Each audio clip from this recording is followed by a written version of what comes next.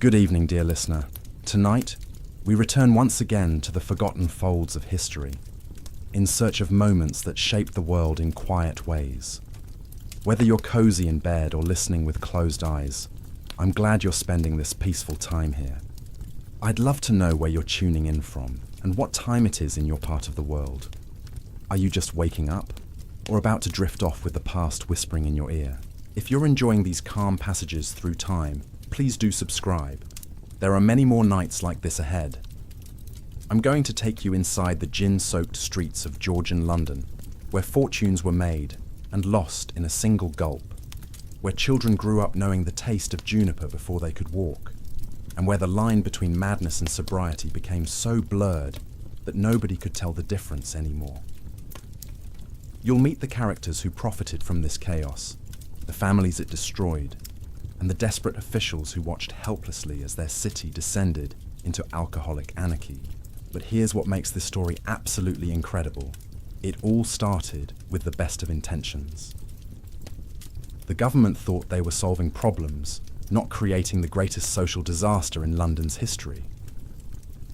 By the end of this series, you'll understand how a simple tax policy turned into a nightmare that would define an entire generation and leave scars on British society that lasted for centuries. Let me paint you a picture of just how bad things got. Imagine walking down any street in London and seeing gin shops literally every few doors. We're not talking about fancy establishments. These were holes in the wall where you could get blackout drunk for the price of a loaf of bread. Signs hung outside reading, "Drunk for a penny," "Dead drunk for 2p," "Clean straw for nothing." That last part, that was where they'd let you sleep it off if you couldn't make it home. The numbers are staggering. In 1730, London had over 7,000 gin shops serving a population of just 600,000 people. That's one gin shop for every 85 residents, including babies and children. To put that in perspective, modern London has roughly one pub for every 1,000 residents. We're talking about a city that had turned into one massive distillery with houses attached. But this story really begins in 1688, and it starts with a Dutchman named William of Orange, who would become King William III of England. Now, William had a problem. England was at war with France, and French brandy was the fashionable drink of choice among the English elite. Every bottle of French brandy sold in London was money flowing directly into the pockets of England's enemies. William needed a solution, and he needed it fast. His answer seemed brilliant at the time. Why not promote domestic spirits instead? Holland, William's homeland, had been producing Genever, a juniper-flavoured spirit, for decades. The English took this Dutch Genever, shortened the name to gin, and William's government began actively encouraging its production and consumption. They slashed taxes on domestic spirits while keeping heavy duties on foreign imports. English distillers could suddenly produce gin cheaply and sell it everywhere. The policy worked too well. Within a few decades, gin production exploded beyond anyone's wildest imagination. Small-time entrepreneurs realized they could set up distilleries in their basements and make a fortune. The barriers to entry were incredibly low. You didn't need expensive equipment, aged barrels, or specialized knowledge. You just needed some grain, a basic still, and juniper berries for flavoring. Enter Judith Defoe, a silk winder who lived in the parish of Bethnal Green. Judith's story perfectly captures how gin transformed ordinary people into something unrecognizable. She was a working woman, the kind who might have lived a quiet, unremarkable life in any other era. But this wasn't any other era. This was gin-soaked Georgian London, where normal rules no longer applied. Judith had a problem that thousands of London women shared. She was addicted to gin, but gin cost money, and money was something she rarely had enough of. On a cold January morning in 1734, Judith made a decision that would shock even the gin-hardened residents of her neighbourhood. She picked up her 2-year-old daughter, little Mary, and took her for a walk. The child had just been given new clothes by the parish workhouse, where Judith sometimes left her during the day. Nice clothes, valuable clothes, clothes that could be sold. Judith walked with Mary to a field in Bethnal Green, and there she strangled her own daughter with her bare hands. She stripped the clothes from the tiny body, left Mary in a ditch, and walked back to town to sell the garments for gin money. When the authorities caught up with Judith, she showed no remorse, no horror at what she'd done. The gin had consumed her so completely that maternal instinct, basic human decency, and self-preservation had all disappeared. At her trial, she calmly explained that she needed the money for gin and that her daughter's clothes were worth enough to keep her drunk for several days. The judge who sentenced her to death reportedly wept openly in court. Judith's story wasn't unique. It was just the most extreme example of what gin was doing to London families every single day. Children were being abandoned, beaten, sold, and murdered by parents whose minds had been completely destroyed by constant intoxication. The courts were overwhelmed with cases of gin-related violence, theft, and neglect. But the real tragedy wasn't just individual cases like Judith's. The real tragedy was systematic. Entire neighborhoods had become uninhabitable wastelands where drunken violence was the norm and sobriety was the exception. St. Giles, one of London's most notorious slums, became ground zero for gin consumption. Visitors described streets littered with unconscious bodies, children as young as 5 drinking themselves into stupors, and buildings that reeked of vomit, urine, and rotting gin. The economic incentives made everything worse. Gin sellers discovered they could maximize profits by making their product as addictive as possible. They began adding ingredients that modern chemists would recognize as crude stimulants and depressants. Oil of vitriol, which we now know as sulfuric acid, was commonly added to give gin more bite. Turpentine provided a burning sensation that customers associated with strength. Some distillers added opium to make their gin more addictive, while others used lead-based sweeteners that slowly poisoned their customers. Mary Young, known on the streets as Jenny Diver, represents another side of gin's impact on Georgian society. Mary wasn't a victim like Judith Dufour. She was an entrepreneur, a criminal mastermind, who built an empire on gin-fueled chaos. Mary realized that drunk people made easy targets, and she organized gangs of pickpockets who worked the gin shops and surrounding streets. Mary's operation was sophisticated. She trained young women to pose as customers in gin houses, identifying wealthy marks who were drinking heavily. Her girls would engage these targets in conversation, keep them drinking, and then systematically rob them blind. But Mary's real genius was understanding that gin didn't just create victims, it created customers for crime. Desperate gin addicts needed money constantly, and Mary provided them with opportunities to earn it through theft. She ran what amounted to a crime academy, teaching burglary, pickpocketing, and confidence tricks to anyone willing to share their profits with her. The gin epidemic had created a massive pool of potential criminals, and Mary Young turned that into a business model.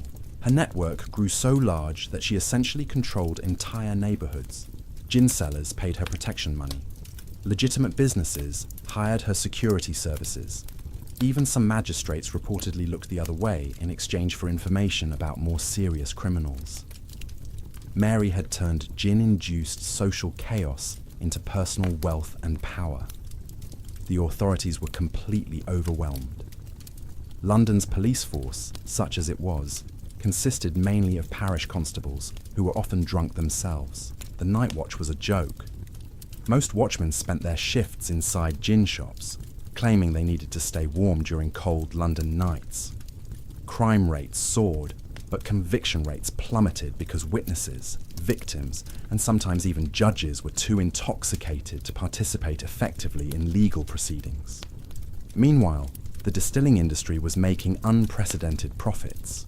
Men like Thomas Bradshaw, who owned several large distilleries in Southwark, became wealthy beyond imagination. Bradshaw started as a small-time grain merchant. but he recognized opportunity when he saw it. He invested everything in gin production, just as demand was exploding. Bradshaw's distilleries operated around the clock. He employed hundreds of workers and purchased grain by the shipload.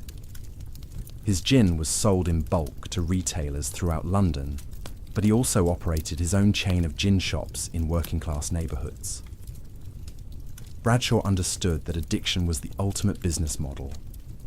Once customers became dependent on gin, they would find money somehow, even if it meant stealing, prostitution, or selling their children's clothes. But Bradshaw wasn't content with just selling gin. He began buying up property in neighbourhoods where gin consumption was highest. When families drank themselves into debt and lost their homes, Bradshaw was there to purchase the buildings cheaply. He converted many of these properties into additional gin shops, creating a cycle where communities destroyed by gin became sources of even more gin-related profit. The human cost was staggering, but the numbers that really shocked contemporary observers were demographic. London's death rate began exceeding its birth rate for the first time in centuries. Gin wasn't just killing individuals, it was literally threatening the city's survival. Pregnant women who drank heavily often miscarried or delivered babies with severe developmental problems. Those children who survived infancy in gin-soaked households rarely lived to adulthood. Parish records from this period paint a horrifying picture. In some of London's poorest neighbourhoods, infant mortality rates exceeded 50%. Adult life expectancy dropped dramatically. Entire family lines were simply disappearing as gin consumption eliminated generation after generation. The social fabric was disintegrating so rapidly that traditional institutions couldn't adapt. Churches found their congregations shrinking as parishioners chose gin shops over Sunday services. Schools closed because children were either too intoxicated to attend or were working to support their families' gin habits. Even prisons became overwhelmed as gin-related crimes filled every available cell. William Hogarth, the famous artist, captured this decline in his series of prints called Gin Lane. His images showed a world turned upside down, where mothers dropped babies while reaching for gin, where buildings crumbled because their inhabitants were too drunk to maintain them, and where death and despair ruled every street corner. But Hogarth's art, powerful as it was, couldn't capture the full scope of what was happening. This wasn't just about individual tragedy or even community breakdown. This was about the potential collapse of urban civilization itself. The government officials who had created this disaster were finally beginning to understand what they had unleashed, but their early attempts at solutions only made things worse. In 1729, Parliament passed the first Gin Act, which attempted to control the crisis through licensing and taxation. The law required gin sellers to purchase expensive licenses and imposed heavy duties on gin sales. The result was predictable chaos. Legal gin shops closed overnight, but illegal gin sales exploded. Enterprising criminals realized they could make fortunes by avoiding the new taxes and licenses. Underground distilleries sprouted in cellars, attics, and abandoned buildings throughout London. The gin trade didn't disappear, it just went completely criminal. Sarah Malcolm understood this opportunity better than most. Sarah was a laundress who worked for wealthy families in the City of London, but she had been watching the gin trade evolve with the calculating eye of a born entrepreneur.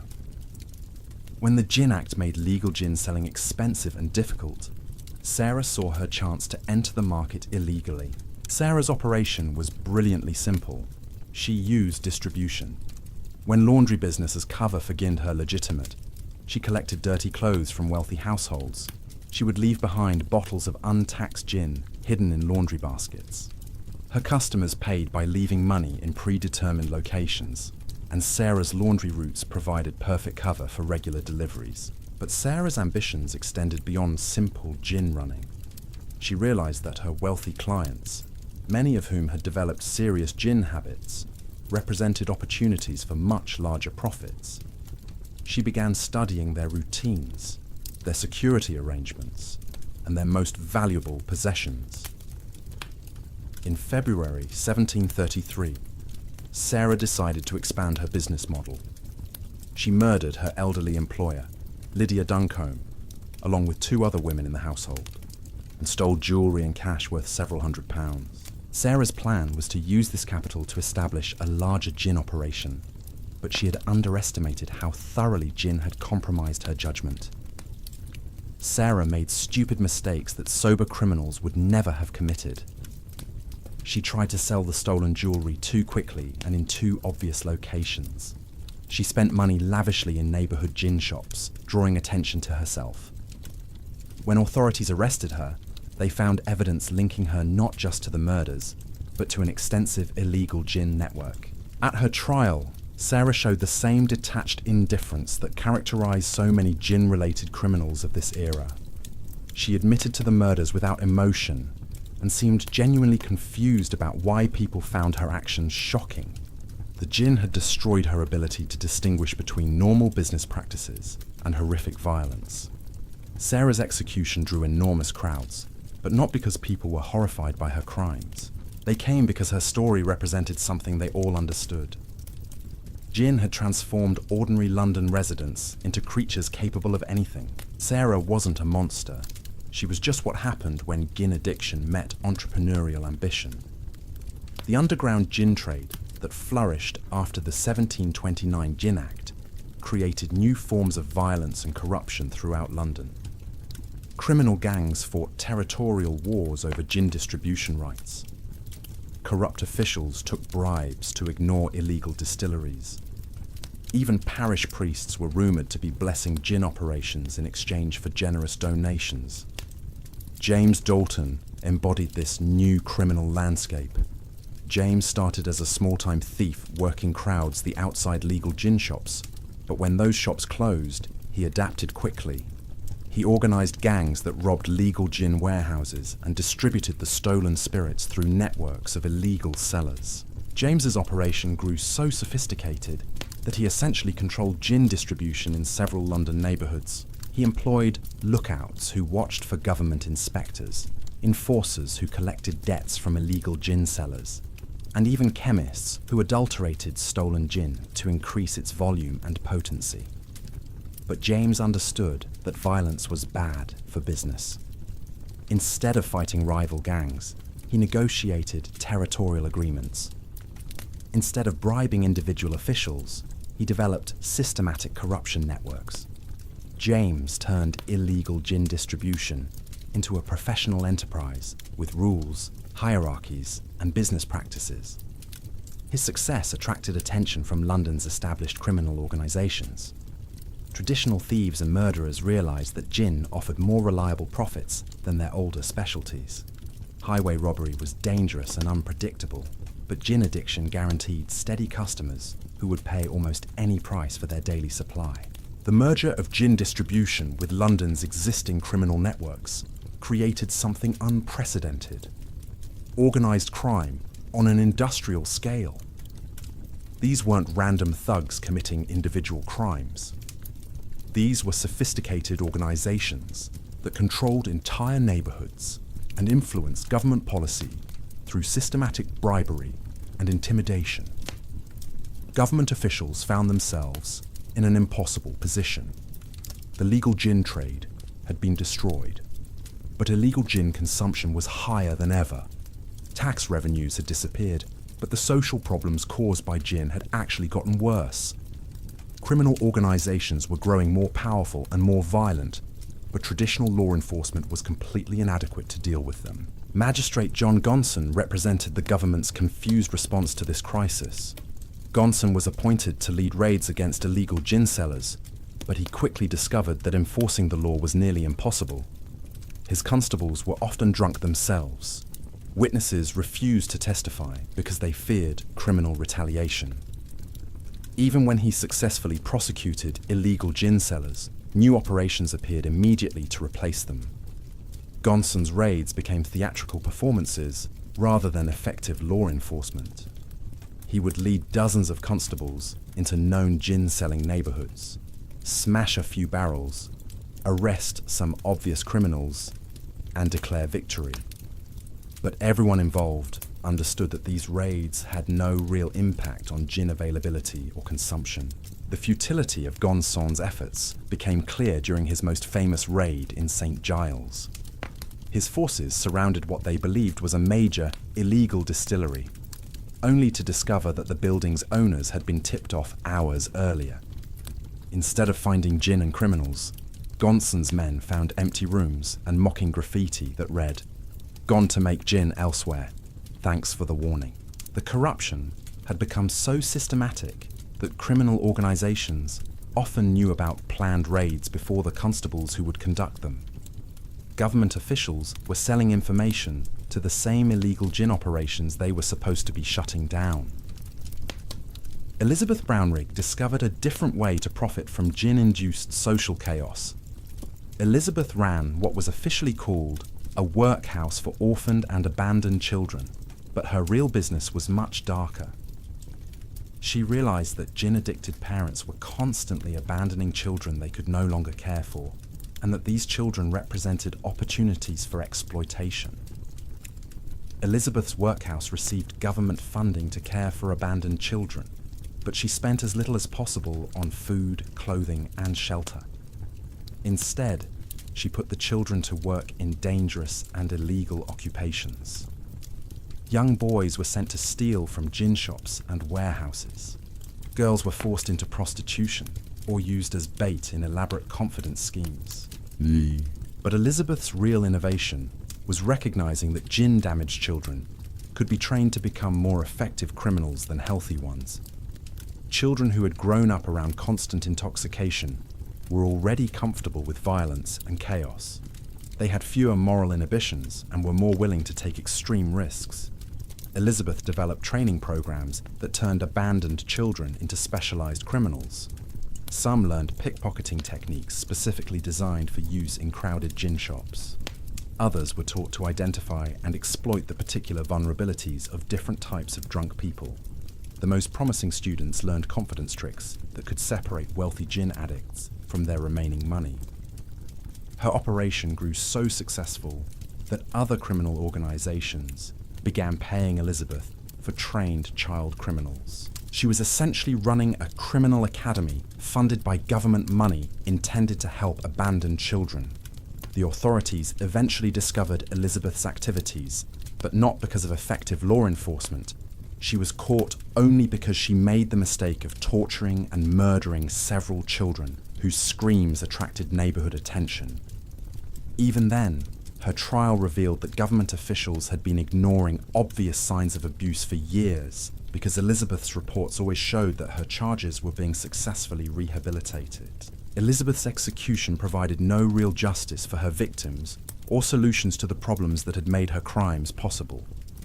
Gin continued destroying families, children continued being abandoned, and other criminal entrepreneurs immediately stepped in to fill the void Elizabeth's death had created. The social disintegration was accelerating beyond anyone's ability to control or even understand it. London was becoming something unprecedented in human history, a major city where criminal organizations were more powerful and better organized than legitimate government institutions. Parish records from 1735 show that in some neighborhoods, over 60% of all arrests were gin-related.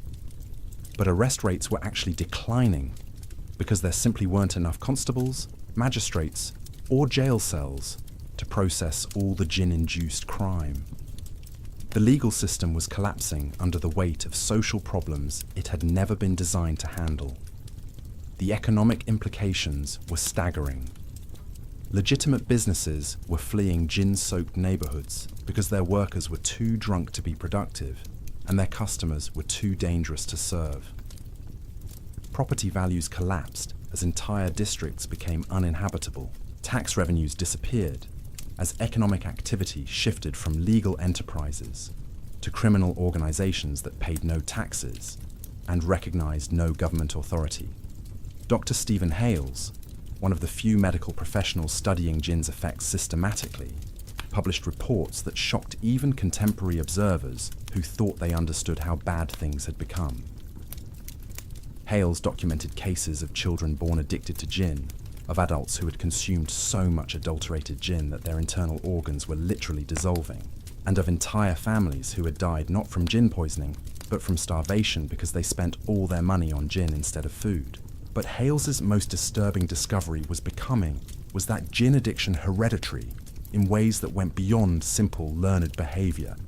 Children born to severely addicted parents seemed to crave gin from birth and showed developmental problems that persisted even when they were removed from gin-soaked environments. The implications terrified anyone who understood them.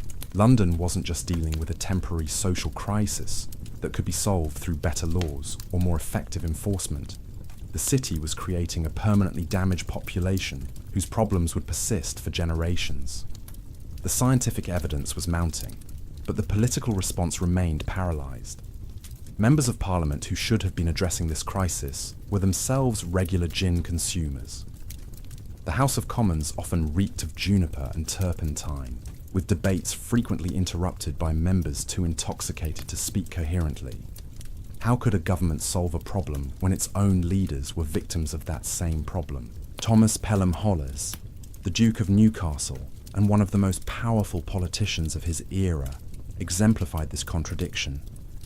Publicly, Newcastle condemned gin as a threat to British civilization. He gave passionate speeches about the need for moral reform and stronger enforcement of existing laws, but privately, Newcastle maintained a personal gin cellar that rivaled those of commercial distillers. Newcastle's hypocrisy went beyond personal consumption. His political allies included several of London's wealthiest distillery owners, men who had contributed enormous sums to his political campaigns.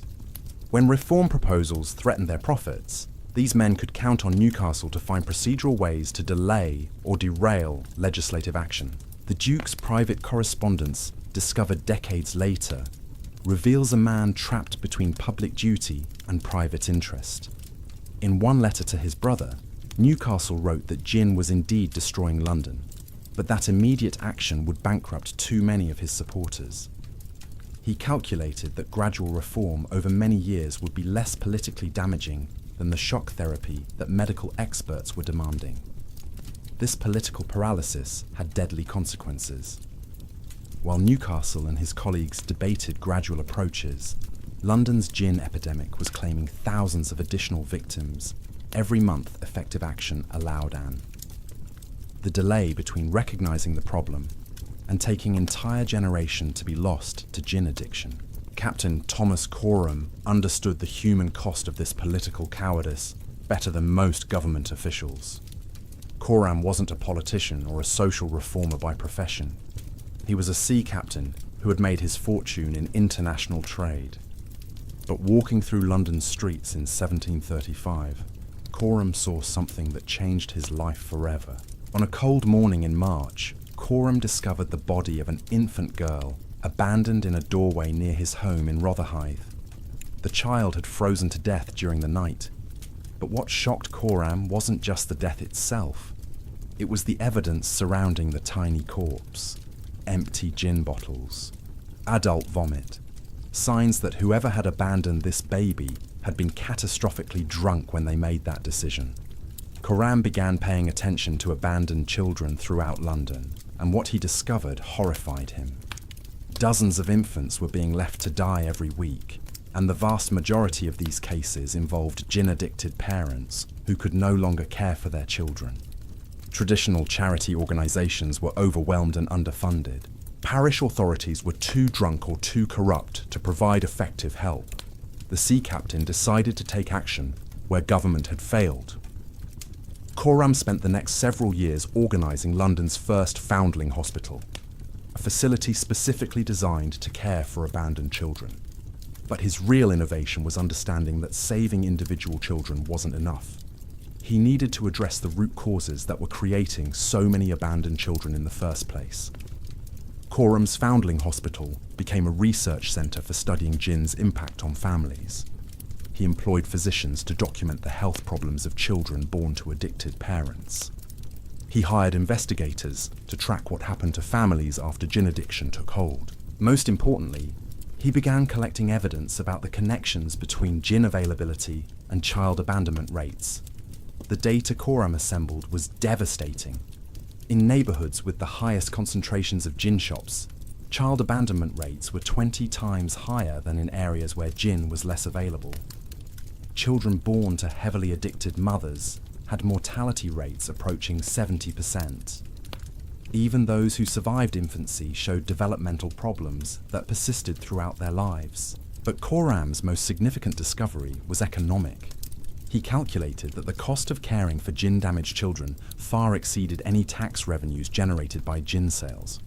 The government wasn't just permitting social disaster, it was actually losing money by allowing the gin trade to continue destroying families. Armed with this evidence, Khorram began lobbying Parliament directly. Unlike other reformers who relied on moral arguments, Khorram presented hard financial data. He showed politicians exactly how much gin-related problems costing the government in increased poor relief, law enforcement, and medical care. He demonstrated that the gin trade was a net economic loss for British society. Khorram's approach initially seemed promising. Several members of Parliament expressed interest in his findings and promised to consider new legislation. But as months passed, Khorram discovered the same political obstacles that had frustrated other reform efforts. The distilling industry's political influence was simply overcome through to too powerful rational argument and factual evidence. Meanwhile, the gin epidemic continued evolving in ways that made it even more dangerous and difficult to control. Criminal organizations had learned to manipulate gin addiction for maximum profit. They began targeting specific populations with customized marketing approaches that modern observers would recognize as sophisticated psychological warfare. Mother Needham, whose real name was Elizabeth Needham, pioneered techniques for recruiting young women into prostitution by exploiting their gin dependencies. Elizabeth operated several brothels in Covent Garden, but her real skill was identifying vulnerable women and systematically destroying their ability to make independent decisions. Elizabeth's method was brutally effective. She would identify young women who were already drinking heavily but hadn't yet lost their physical attractiveness or social connections. These women were usually domestic servants, shopgirls, or daughters of working-class families who had begun using gin to cope with difficult living conditions. Elizabeth would befriend these women and invite them to social gatherings where gin flowed freely. She would encourage heavy drinking while carefully monitoring each woman's behavior and tolerance. Once she identified women who showed signs of developing serious addiction, Elizabeth would offer them employment in her establishments. The job offers seemed legitimate initially. Elizabeth needed servants, seamstresses, and cooks for her businesses. The work was described as respectable domestic service with good wages and comfortable living arrangements. Women who accepted these positions discovered too late that they had entered a trap designed to exploit their growing gin dependencies. Elizabeth controlled her employees' access to gin completely. Women who worked for her received regular rations of spirits as part of their compensation, but Elizabeth gradually increased these rations while decreasing actual wages. Her employees became increasingly dependent on gin provided by their employer, making it nearly impossible for them to leave even when they realized what was happening to them. Once women were completely addicted and financially dependent, Elizabeth would inform them that their domestic service positions were being eliminated, but that she could offer them more lucrative work entertaining male customers. Women who refused were cut off from gin entirely and thrown out onto the streets with no money, no references, and no way to obtain the alcohol their bodies now required for basic functioning. The transition from domestic service to prostitution was presented as a temporary arrangement just until the women could get back on their feet. But Elizabeth ensured that this transition was permanent by continuing to control her employees' gin supply. Women who tried to leave discovered that gin withdrawal symptoms made it impossible for them to work elsewhere or think clearly enough to develop escape plans. Elizabeth's operation expanded rapidly because gin addiction had created an enormous supply of vulnerable women throughout London. Domestic servants were being dismissed by employers who could no longer tolerate their drinking. Shopgirls were losing jobs because they couldn't function while intoxicated. Young women from respectable families were being disowned by parents who refused to support their gin habits. These displaced women had few options for survival, and Elizabeth Needham provided what seemed like the only available solution. Her brothels offered steady access to gin, protection from street violence, and income that could support serious addiction. For women whose lives had been destroyed by gin, prostitution often seemed like the least terrible available choice. But Elizabeth's influence extended beyond her own establishments. She began training other entrepreneurs in her methods, creating a network of gin exploitation operations throughout London. These businesses shared information about potential targets, coordinated their recruitment efforts, and developed increasingly sophisticated techniques for maintaining control over addicted women. The result was an entire industry built on gin-induced desperation. Hundreds of women were being systematically converted from independent workers into controlled prostitutes through carefully managed addiction. The process was so effective that other criminal organizations began adopting similar approaches for different purposes. Jonathan Wild, London's most notorious criminal mastermind, recognized the potential of Elizabeth's techniques immediately. Wild operated what he called a thief-taking business, where he would arrange for stolen goods to be recovered in exchange for rewards from their original owners. But Wild's real business was controlling London's theft networks through systematic corruption and violence. Wild realized that gin addiction could provide him with more reliable control over criminal employees than traditional methods like intimidation or financial incentives. Addicted criminals needed money constantly and predictably, making them easier to manipulate. They were also more willing to take extreme risks because withdrawal symptoms were more immediately threatening than potential legal consequences. Wild began recruiting gin addicts systematically, but his approach was more sophisticated than Elizabeth Needham's. Instead of creating addiction, Wild targeted people who were already seriously dependent and used their existing desperation to gain control over them. He established a network of gin suppliers who would provide credit to addicted criminals, with Wild guaranteeing repayment through criminal earnings. This system created perfect leverage. Criminals who worked for Wild received steady access to gin, but only as long as they remained productive and obedient.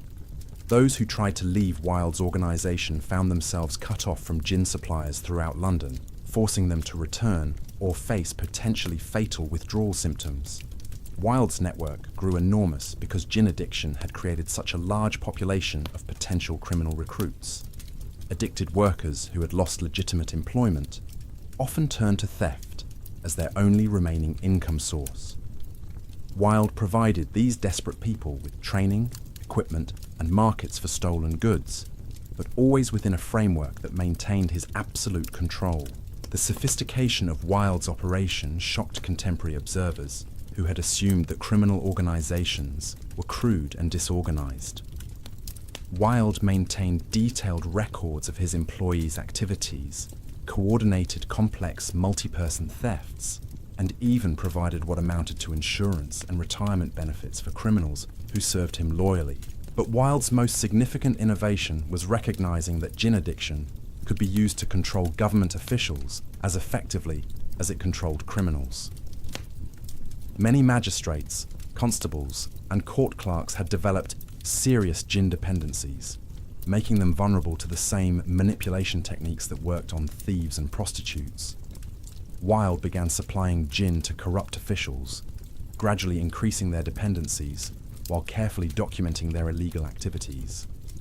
Once officials were completely compromised, Wild could count on them to ignore his criminal operations, provide advance warning of law enforcement activities, and even actively assist in his more ambitious schemes. The result was a criminal organization that had effectively captured significant portions of London's legal system. Wild's network included judges who would dismiss charges against his employees, constables who would arrest his competitors, and court clerks who would lose evidence that threatened his operations.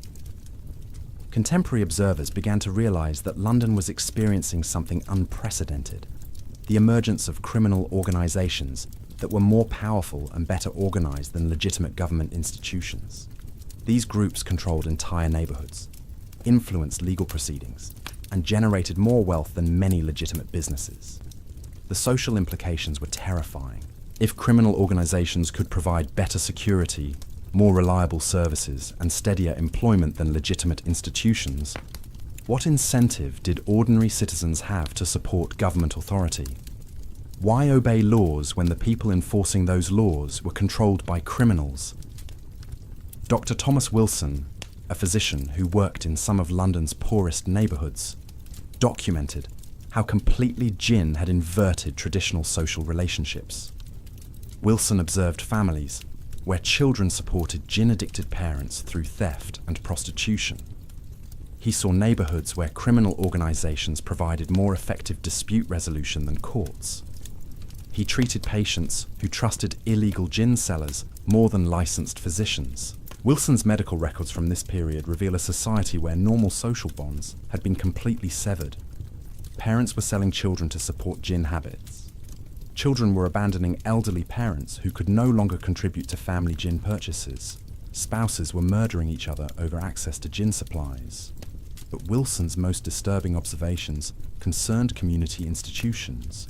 Churches were closing because congregations couldn't afford both gin and religious donations. Schools were shutting down because gin-addicted parents needed children to work rather than study. Even traditional festivals and community celebrations were disappearing because social gatherings invariably devolved into violent, drunken chaos. The physician began to understand that gin wasn't just creating individual health problems or even family dysfunction. It was systematically destroying the social infrastructure that held communities together. London was becoming a collection of isolated, desperate individuals rather than a functioning urban society. Wilson's attempts to treat gin addiction revealed another disturbing reality. The physical dependency created by constant gin consumption was so severe that many addicts literally could not survive without continued access to alcohol. Withdrawal symptoms included seizures, hallucinations, and cardiac events that frequently proved fatal. This medical reality meant that even people who desperately wanted to escape gin addiction often couldn't do so safely. The physical requirements of withdrawal demanded medical supervision and supportive care that simply weren't available to most addicts. Attempting to quit gin without proper medical support was often a death sentence. Wilson documented dozens of cases where well-intentioned family members or religious counselors tried to help addicts by cutting off their gin supply entirely. The results were almost always tragic. Addicts would suffer severe withdrawal symptoms, become violent or delusional, and frequently die within days of their last drink. These deaths created a vicious cycle that made the gin epidemic even more difficult to address. Families learned that attempting to help addicted relatives was dangerous and potentially fatal. Communities discovered that intervention efforts often made situations worse rather than better. Even medical professionals became reluctant to treat gin addicts because successful treatment required resources and expertise that most practitioners simply didn't possess. The hopelessness was becoming systematic. Individuals couldn't escape gin addiction safely. Families couldn't help addicted members without risking everyone's safety. Communities couldn't address the problem without resources they didn't have. Government couldn't take effective action because political leaders were compromised by their own dependencies or corrupted by industry influence. London was trapped in a social disaster that seemed to have no solution and no end. The gin epidemic had become self-perpetuating, creating conditions that made recovery impossible while generating profits that ensured its continuation. Samuel Johnson, the famous writer and lexicographer, captured this sense of hopelessness in his private journals from this period. Johnson wrote that London had become a great machine for converting human beings into beasts, and that gin had accomplished what foreign enemies and natural disasters had never achieved: the systematic destruction of English civilization from within. Johnson's observations were particularly valuable because he had access to all levels of London society. He socialised with wealthy merchants and government officials, but he also spent time in taverns and gin shops, frequented by working-class residents. His journals provide a comprehensive picture of how gin addiction affected every social class and neighbourhood.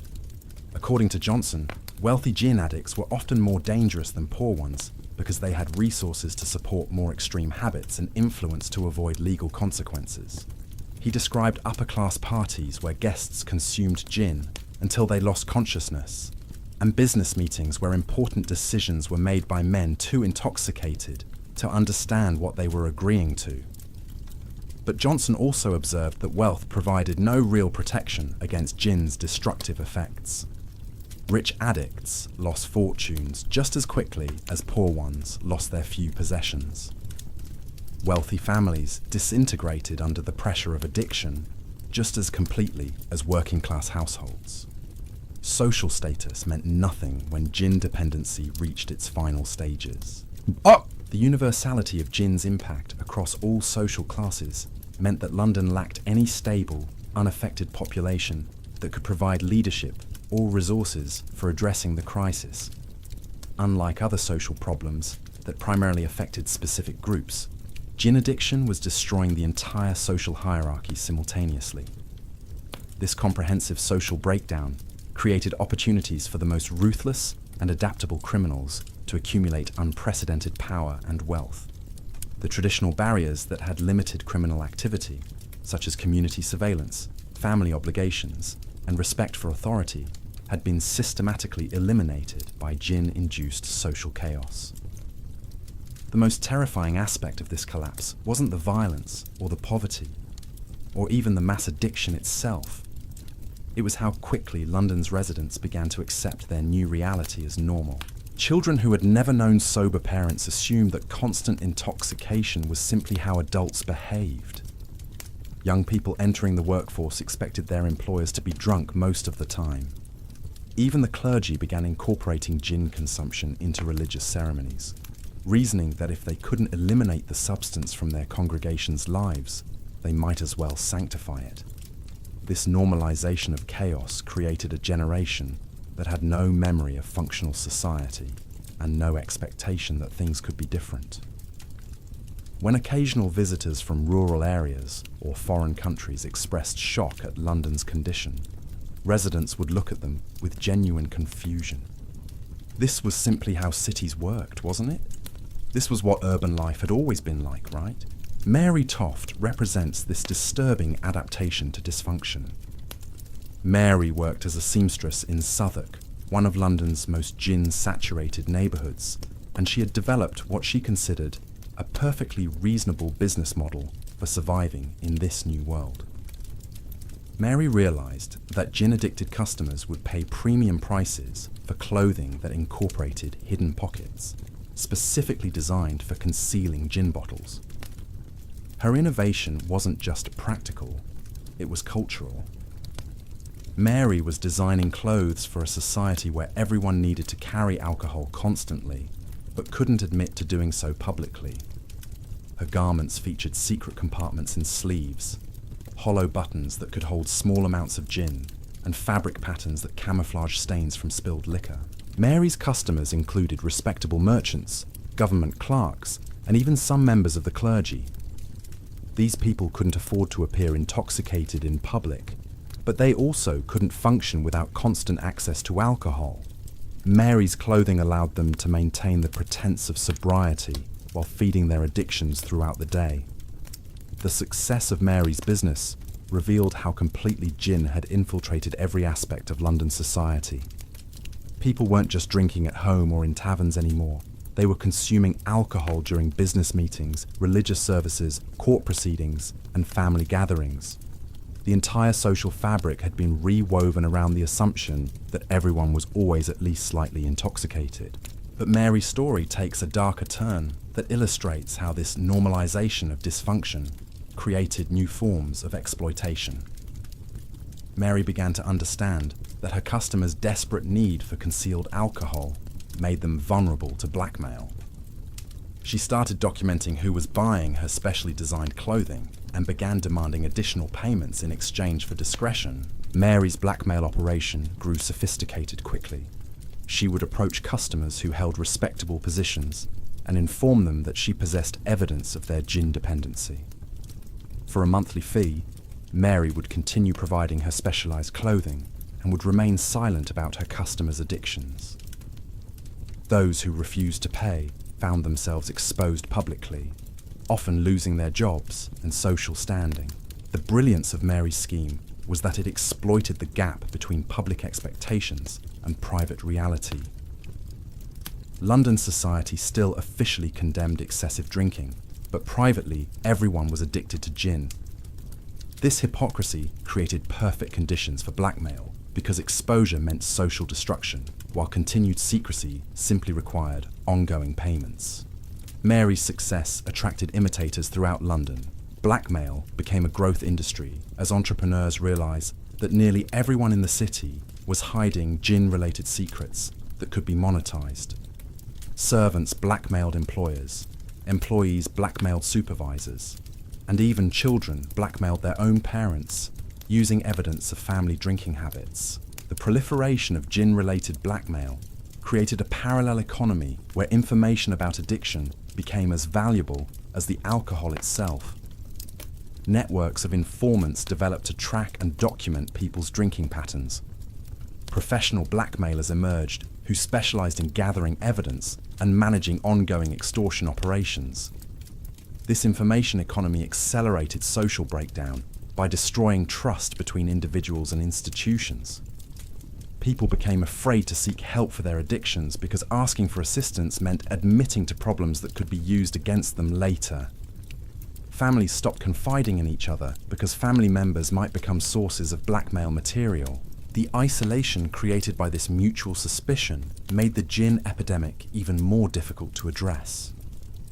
Communities couldn't organize effective responses to addiction problems when community members were constantly gathering evidence to use against each other. Government officials couldn't develop coherent policies when they were being blackmailed by the very people they were supposed to be helping. Robert Walpole, Britain's first Prime Minister, embodied these contradictions perfectly. Walpole publicly supported efforts to control gin consumption and frequently gave speeches about the moral dangers of excessive drinking. But privately, Walpole was being blackmailed by several different criminal organisations that possessed evidence of his own serious gin dependency. Walpole's situation was particularly complex because his political enemies were also being blackmailed by many of the same criminal groups. This created a strange form of political stability where major policy decisions were being influenced by criminals who had compromising information about leaders from all political factions. The Prime Minister's private correspondence reveals a man trapped in an impossible situation. Walpole knew that strong action against the gin trade was necessary for Britain's survival, but he also knew that taking such action would result in the release of information that would destroy his political career and personal reputation. Walpole's paralysis had national consequences that extended far beyond London. Other British cities were beginning to experience their own gin epidemics as the London model spread throughout the country. Bristol, Liverpool, and Manchester were all seeing rapid increases in gin consumption and related social problems. But these other cities looked to London for leadership and guidance about how to address their emerging problems. When the capital city proved incapable of controlling its own gin epidemic, regional authorities concluded that the situation was hopeless and largely abandoned efforts to prevent similar disasters in their own communities. The spread of gin-related dysfunction from London to other British cities created a national crisis that threatened the entire kingdom's stability. Military recruitment became difficult because potential soldiers were often too damaged by alcohol to serve effectively. Tax collection suffered as gin-related crime, and social breakdown made entire districts ungovernable. International observers began to question Britain's ability to maintain its position as a major European power. French and Spanish diplomats sent reports to their governments describing a nation that was literally drinking itself to death. Some foreign leaders began making plans based on the assumption that Britain would soon collapse from internal dysfunction. These international concerns weren't entirely unfounded. British naval efficiency had declined significantly as gin addiction spread among sailors and port workers. Trade relationships suffered when British merchants proved unreliable due to their drinking habits. Even diplomatic negotiations became difficult when British representatives frequently appeared intoxicated at important meetings. The economic implications were staggering on a national scale. Productivity declined across all industries as gin addiction made workers unreliable and unsafe. Innovation slowed as the most creative minds were destroyed by alcohol dependency. Investment in long-term projects decreased because investors couldn't count on stable social conditions. Peter the Wild Boy, a feral child who had been discovered in German forests and brought to London as a curiosity for the royal court, provided an unexpected perspective on the city's transformation. Peter had no previous experience with human civilization, so he observed London society without the assumptions that prevented residents from recognizing how abnormal their situation had become. Court records describe Peter's reactions to London street life with fascinating detail. Peter showed no fear of obvious dangers like violent criminals or collapsed buildings, but he became terrified when he witnessed ordinary social interactions between gin-addicted Londoners.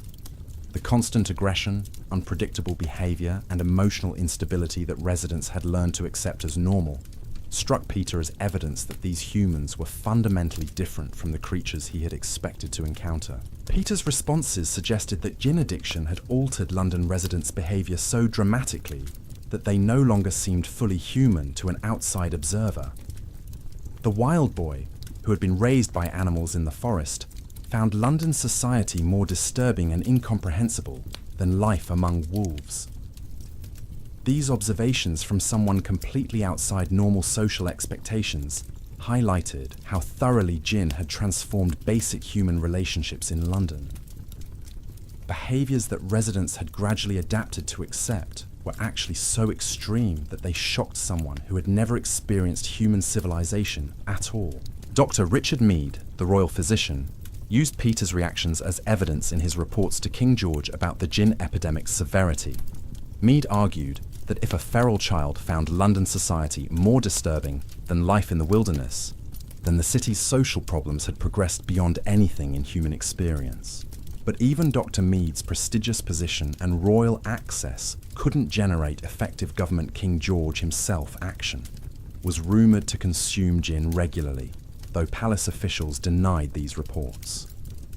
The monarch's possible addiction meant that even the highest levels of government might be compromised by the same problems affecting ordinary citizens. The royal court's dysfunction became increasingly obvious to foreign ambassadors and visiting dignitaries.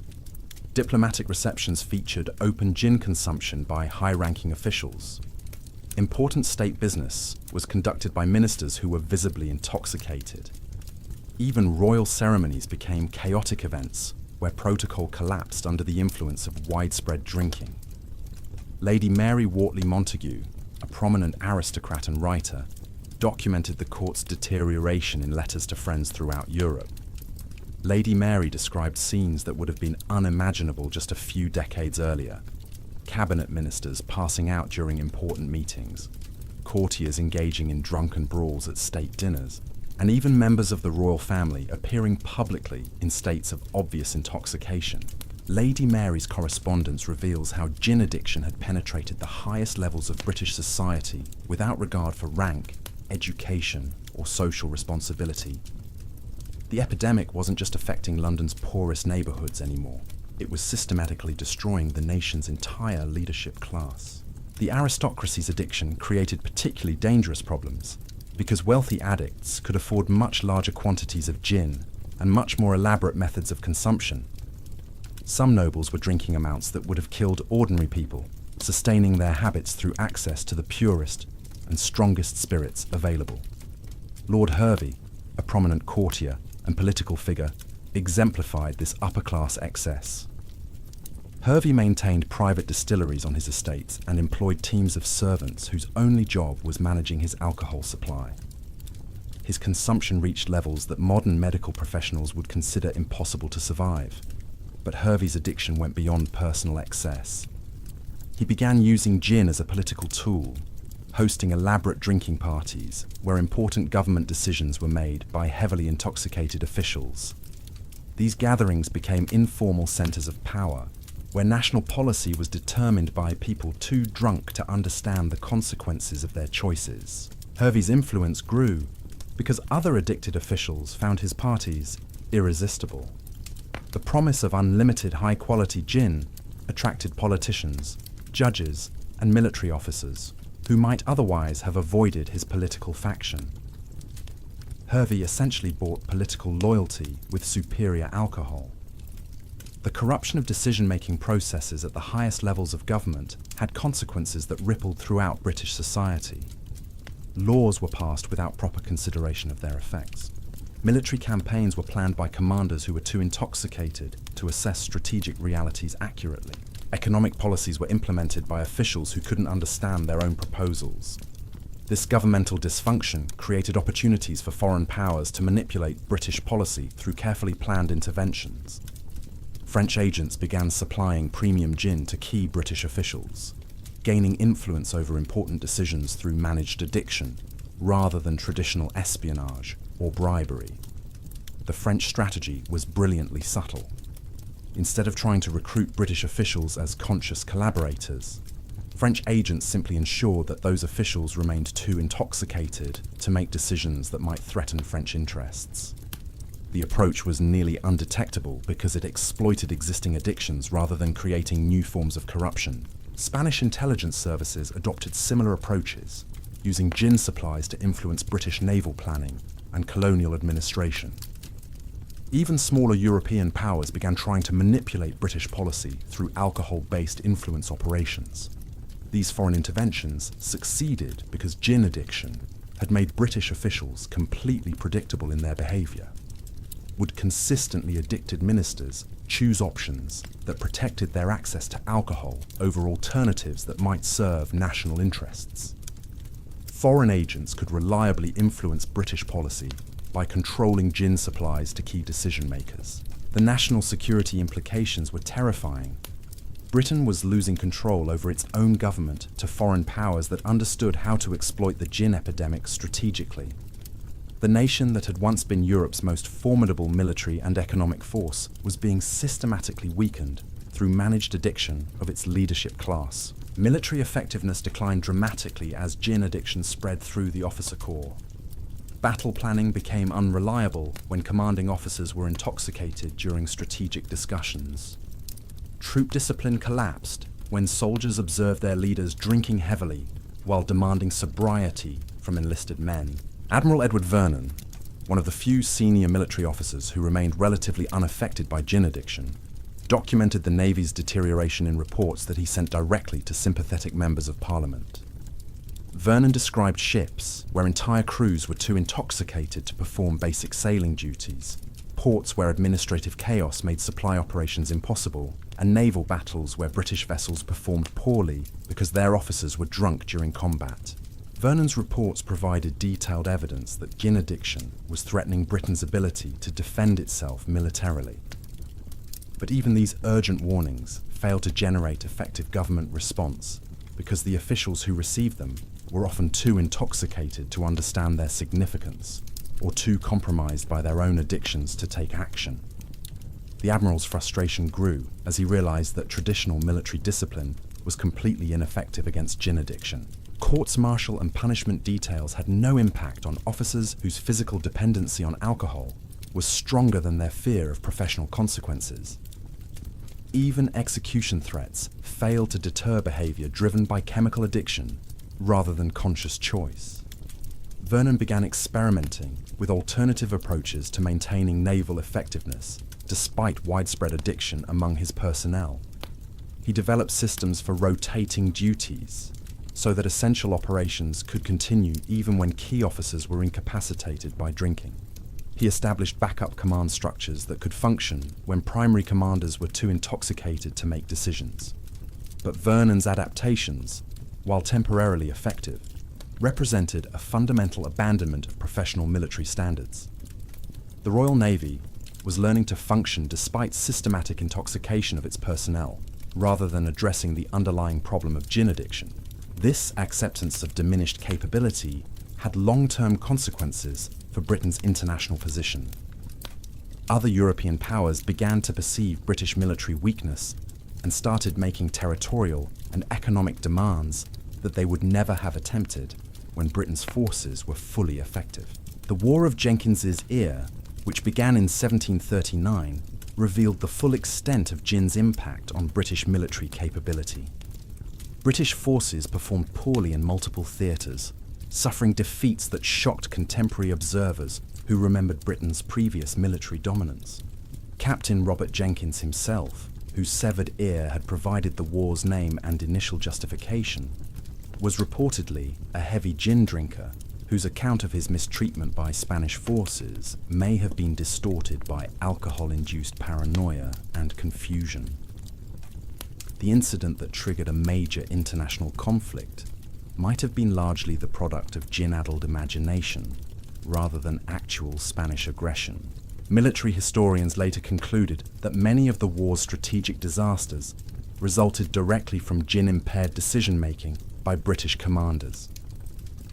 The Siege of Cartagena, one of the war's most significant British defeats, failed largely because Admiral Vernon and General Thomas Wentworth spent crucial planning sessions in states of serious intoxication. The war's poor outcomes further damaged British international prestige and encouraged other European powers to view Britain as a declining force.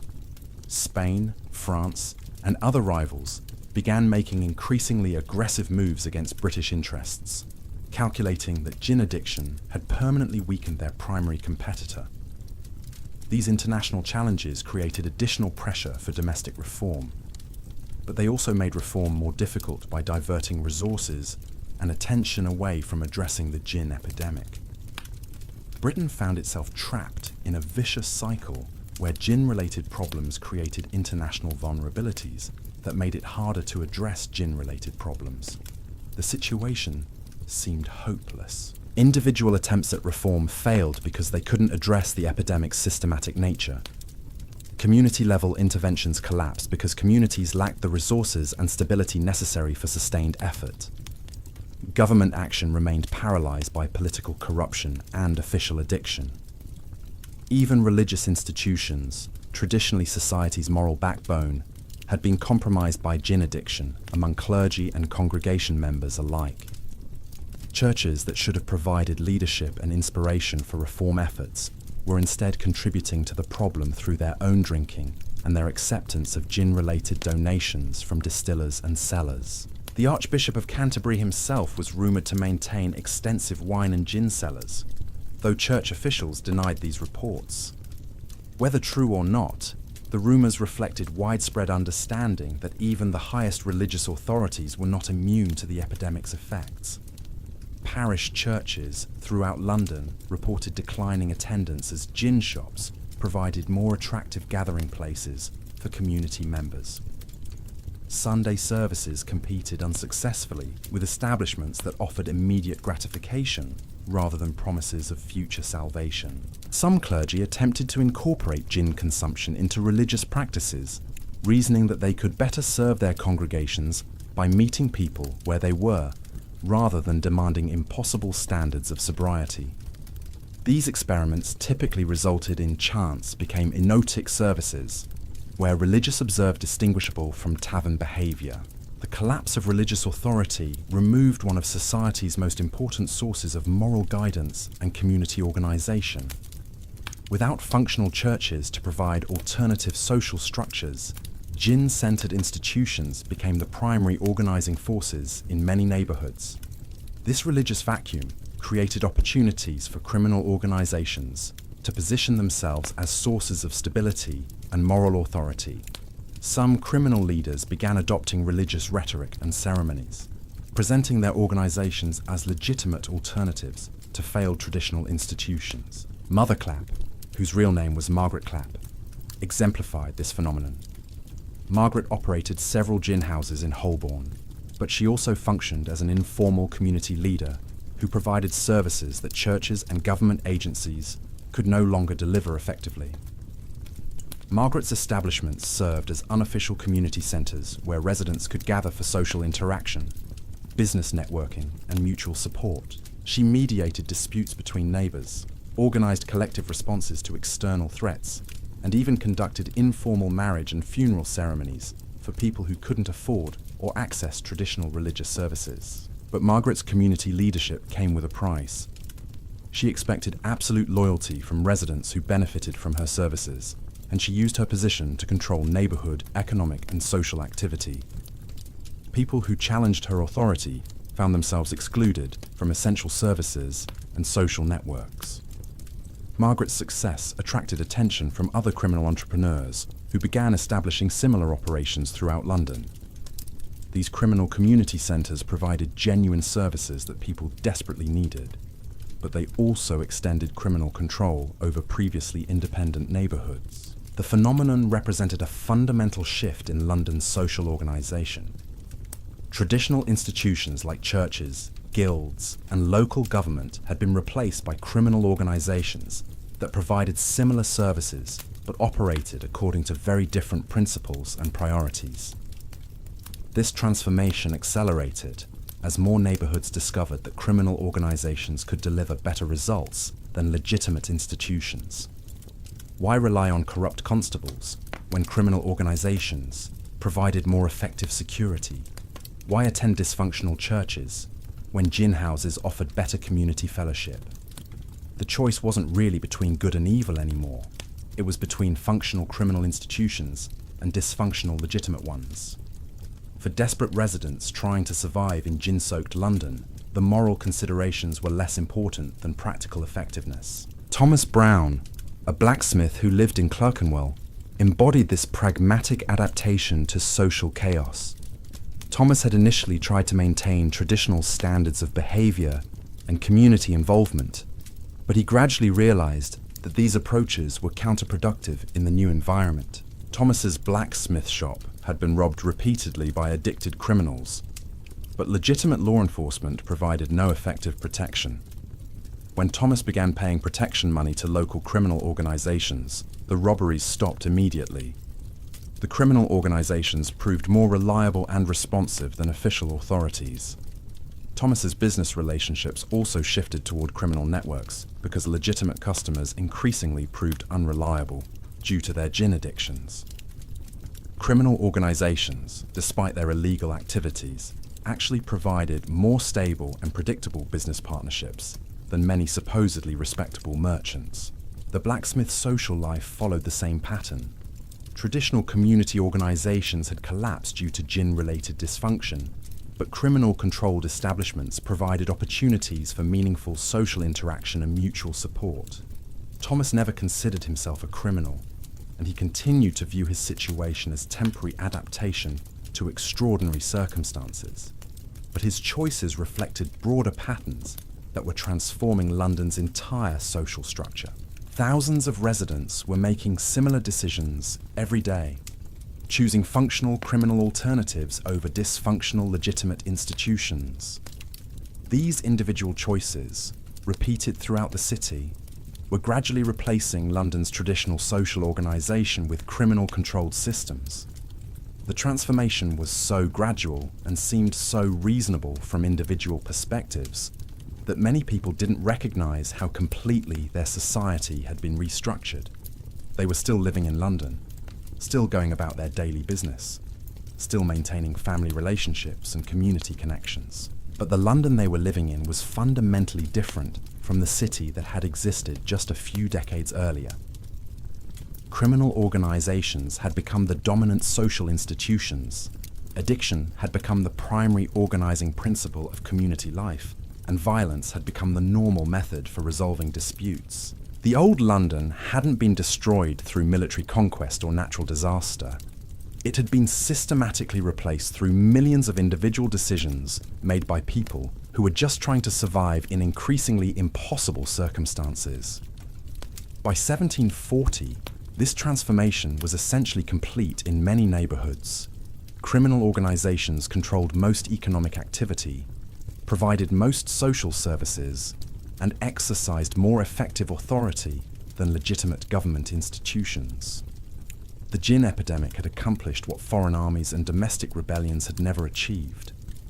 It had completely restructured British society according to principles that would have been unimaginable to previous generations. London had become something unprecedented in human history. A major city where criminal organizations functioned as the primary government, where addiction served as the foundation of economic activity, and where violence provided the basic framework for social interaction. The most terrifying aspect of this transformation was how normal it had begun to seem to the people living through it. The children born into this world knew no other reality. Little William Hartwell, born in 1738 to a family in Spitalfields, learned to walk by navigating around unconscious bodies littering his tenement floor. His first words weren't mama or papa, but gin and more, phrases he heard constantly from the adults around him. William's childhood was spent running errands between gin shops, carrying messages for criminal organizations, and learning to identify which adults were safe to approach based on their level of intoxication. William's education came not from schools, which had largely ceased functioning in his neighborhood, but from the streets themselves. He learned arithmetic by calculating gin prices and making change for customers too drunk to handle money accurately. He developed reading skills by studying the crude signs hanging outside illegal distilleries. His geography lessons involved memorizing the locations of gin shops, safe houses, and territories controlled by different criminal gangs. By age 8, William was essentially supporting his family through various illegal activities. He served as a lookout for underground distilleries, warning operators when government inspectors approached. He delivered gin to customers who couldn't risk being seen entering shops publicly. He even learned to identify the specific preferences of regular customers, knowing exactly which type of adulterated gin each person preferred and how much they typically consumed. William's story wasn't unique. Thousands of children throughout London were growing up with similar experiences, developing skills and perspectives that would have been incomprehensible to previous generations.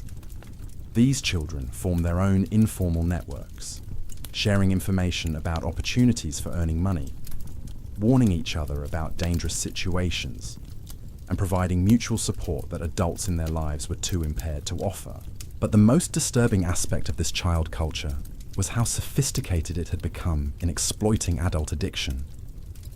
Children like William understood gin dependency better than most medical professionals of the era. They could predict adult behavior with frightening accuracy, manipulate addicted adults to their advantage, and even create situations that increased addiction severity when it served their purposes. Sarah Whitmore discovered the darker implications of this phenomenon when she tried to help her neighbor's children. Sarah was one of the few adults in her Bethnal Green neighborhood who had managed to avoid serious gin addiction, though she consumed the substance daily like everyone around her. She maintained enough sobriety to recognize that the children in her area were being damaged by their circumstances. Sarah attempted to organize informal schooling for neighborhood children, offering to teach basic reading and writing skills in her home. The response shocked her. Children attended these sessions not to learn, but to study Sarah herself. They wanted to understand why she drank less than other adults, how she managed to maintain her home and appearance, and what weaknesses they might exploit. Within that, the children Hay weeks, Sarah discovered been systematically stealing from her during these educational sessions. They had learned her daily routines and identified opportunities to take small amounts of money, food, and gin without being detected. But their theft wasn't random or desperate. It was calculated and strategic, designed to gradually increase Sarah's financial pressure until she would be forced to rely on criminal organizations for support. The children had essentially organized a long-term operation to convert Sarah from an independent adult into another addicted customer for their criminal employers. They understood that adults who maintained some level of independence represented missed opportunities for the criminal organizations they served. Sarah's experience revealed how completely the social order had been inverted in gin-soaked London. Children weren't being protected and educated by adults. Instead, children were systematically exploiting and corrupting adults to serve criminal enterprises that had replaced traditional family and community structures. Dr. James Kirkpatrick, a physician who attempted to document these changes in child behaviour, concluded that London was witnessing the emergence of an entirely new form of human development. Children were acquiring adult-level skills in manipulation, violence, and criminal enterprise, while never developing basic capabilities like literacy, emotional regulation, or moral reasoning. Kirkpatrick's observations suggested that gin addiction wasn't just damaging individual children. It was creating a generation that would be fundamentally incapable of participating in normal society, even if the epidemic somehow ended. These children had learned to survive in chaos, but they lacked the skills necessary for functioning in peaceful, orderly communities. The physician's attempts to treat child victims of the epidemic revealed additional disturbing patterns. Children who had grown up around constant gin consumption showed physical and mental development problems that persisted even when they were removed from addicted environments. Their brains had been shaped by exposure to alcohol and violence during crucial developmental periods. But perhaps most troubling were the children who seemed perfectly healthy and intelligent, but had developed value systems completely incompatible with traditional moral standards. These children could function effectively in criminal environments while showing no capacity for empathy, honesty, or cooperation with legitimate authority. Margaret Finch represented this new type of child perfectly. Margaret was 12 years old in 1741, physically healthy, obviously intelligent, and completely immoral by traditional standards. She had been raised in gin houses and criminal organizations from infancy, never experiencing normal family relationships or community structures. Margaret's skills were impressive by any measure. She could read and write better than most adults in her neighborhood. She spoke multiple languages learned from the diverse criminal networks operating in London. She understood complex financial transactions and could negotiate sophisticated business arrangements. But Margaret used these abilities exclusively for criminal purposes. She organized gangs of children who younger specialized in robbing gin-addicted adults. She developed elaborate confidence schemes that targeted wealthy visitors to London's criminal districts. She even established her own small-scale gin distribution operation that competed successfully with adult-run businesses. Margaret's success attracted attention from established criminal leaders who recognized her potential value. Several organizations attempted to recruit her, offering positions that would have provided wealth and security. But Margaret consistently refused these offers, preferring to maintain her independence and continue expanding her own criminal enterprises. Her decision reflected a new form of ambition that previous generations would have found incomprehensible. Margaret wasn't interested in joining existing organizations or working within established systems. She wanted to create her own criminal empire that would eventually dominate the organizations currently trying to recruit her.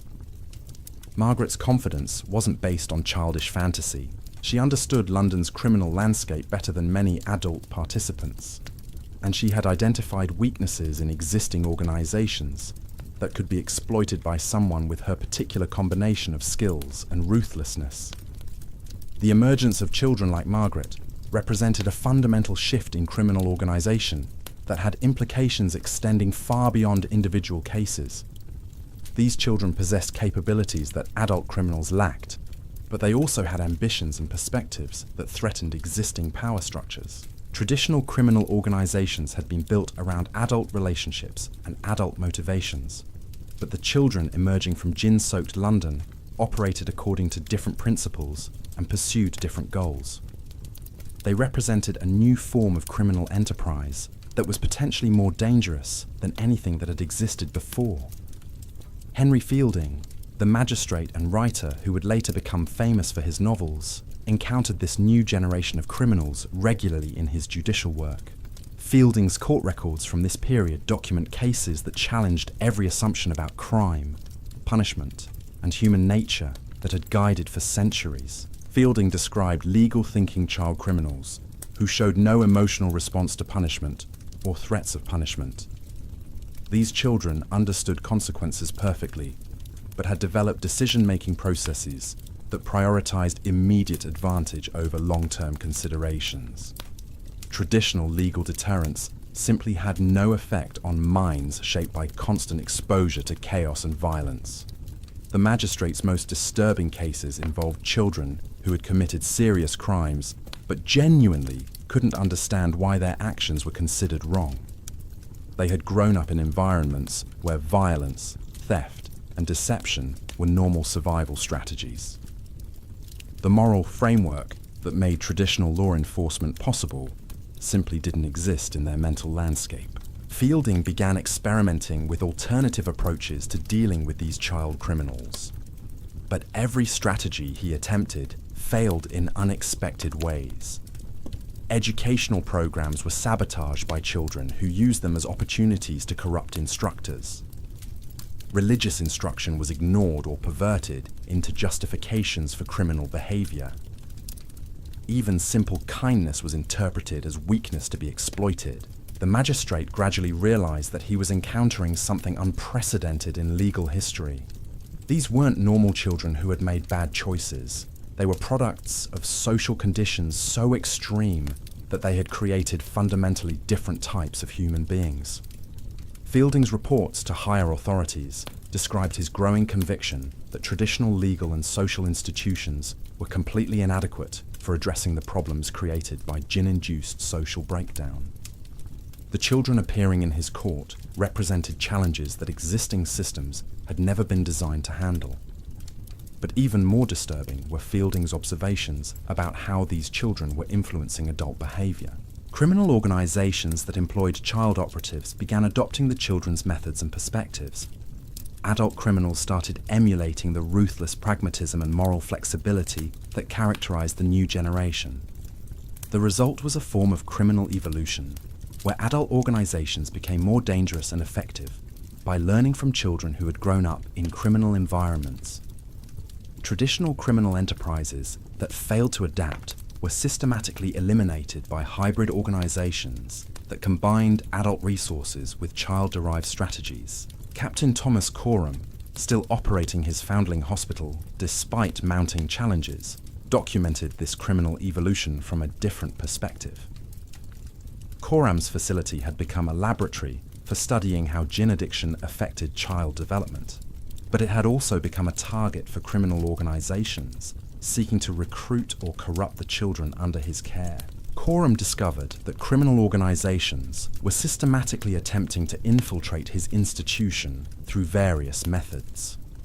Some sent adult agents posing as potential adoptive parents. Others tried to corrupt staff members through bribery or threats. The most sophisticated operations involved placing criminal children among legitimate foundlings to serve as inside agents. These infiltration attempts revealed the strategic sophistication that criminal organizations had developed.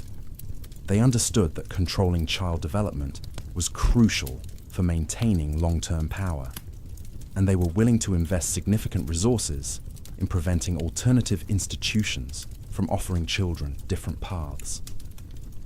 Coram's defensive measures against these infiltration attempts inadvertently provided insights into how criminal organizations operated internally. His security precautions revealed communication networks, command structures, and resource allocation systems that rivaled those of legitimate government institutions. The foundling hospital's experiences suggested that criminal organizations had evolved beyond simple profit-seeking enterprises. They had become alternative social systems that were actively competing with legitimate institutions for control over population and territory. This competition wasn't just economic or political. It was fundamentally cultural, involving different visions of how human communities should be organized and what values should guide social relationships. Criminal organizations offered immediate material benefits and clear power structures, while legitimate institutions promised distant rewards and demanded adherence to increasingly irrelevant moral standards.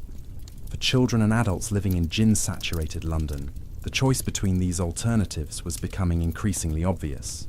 Criminal organizations provided security, opportunity, and community in a world where legitimate institutions offered mainly chaos, disappointment, and abandonment. Elizabeth Canning's story illustrates how this choice played out for individual young people trying to navigate London's transformed social landscape.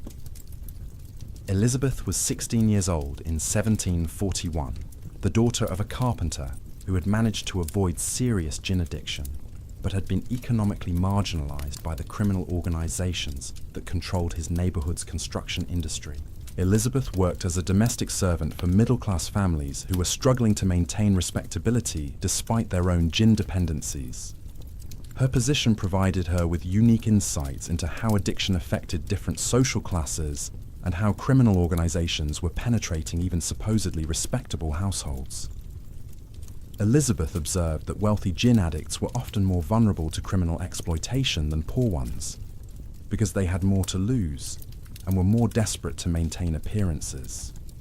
She watched domestic servants systematically rob addicted employers, who were too impaired to notice missing valuables or money. But Elizabeth also saw opportunities for someone with her particular combination of skills and social position.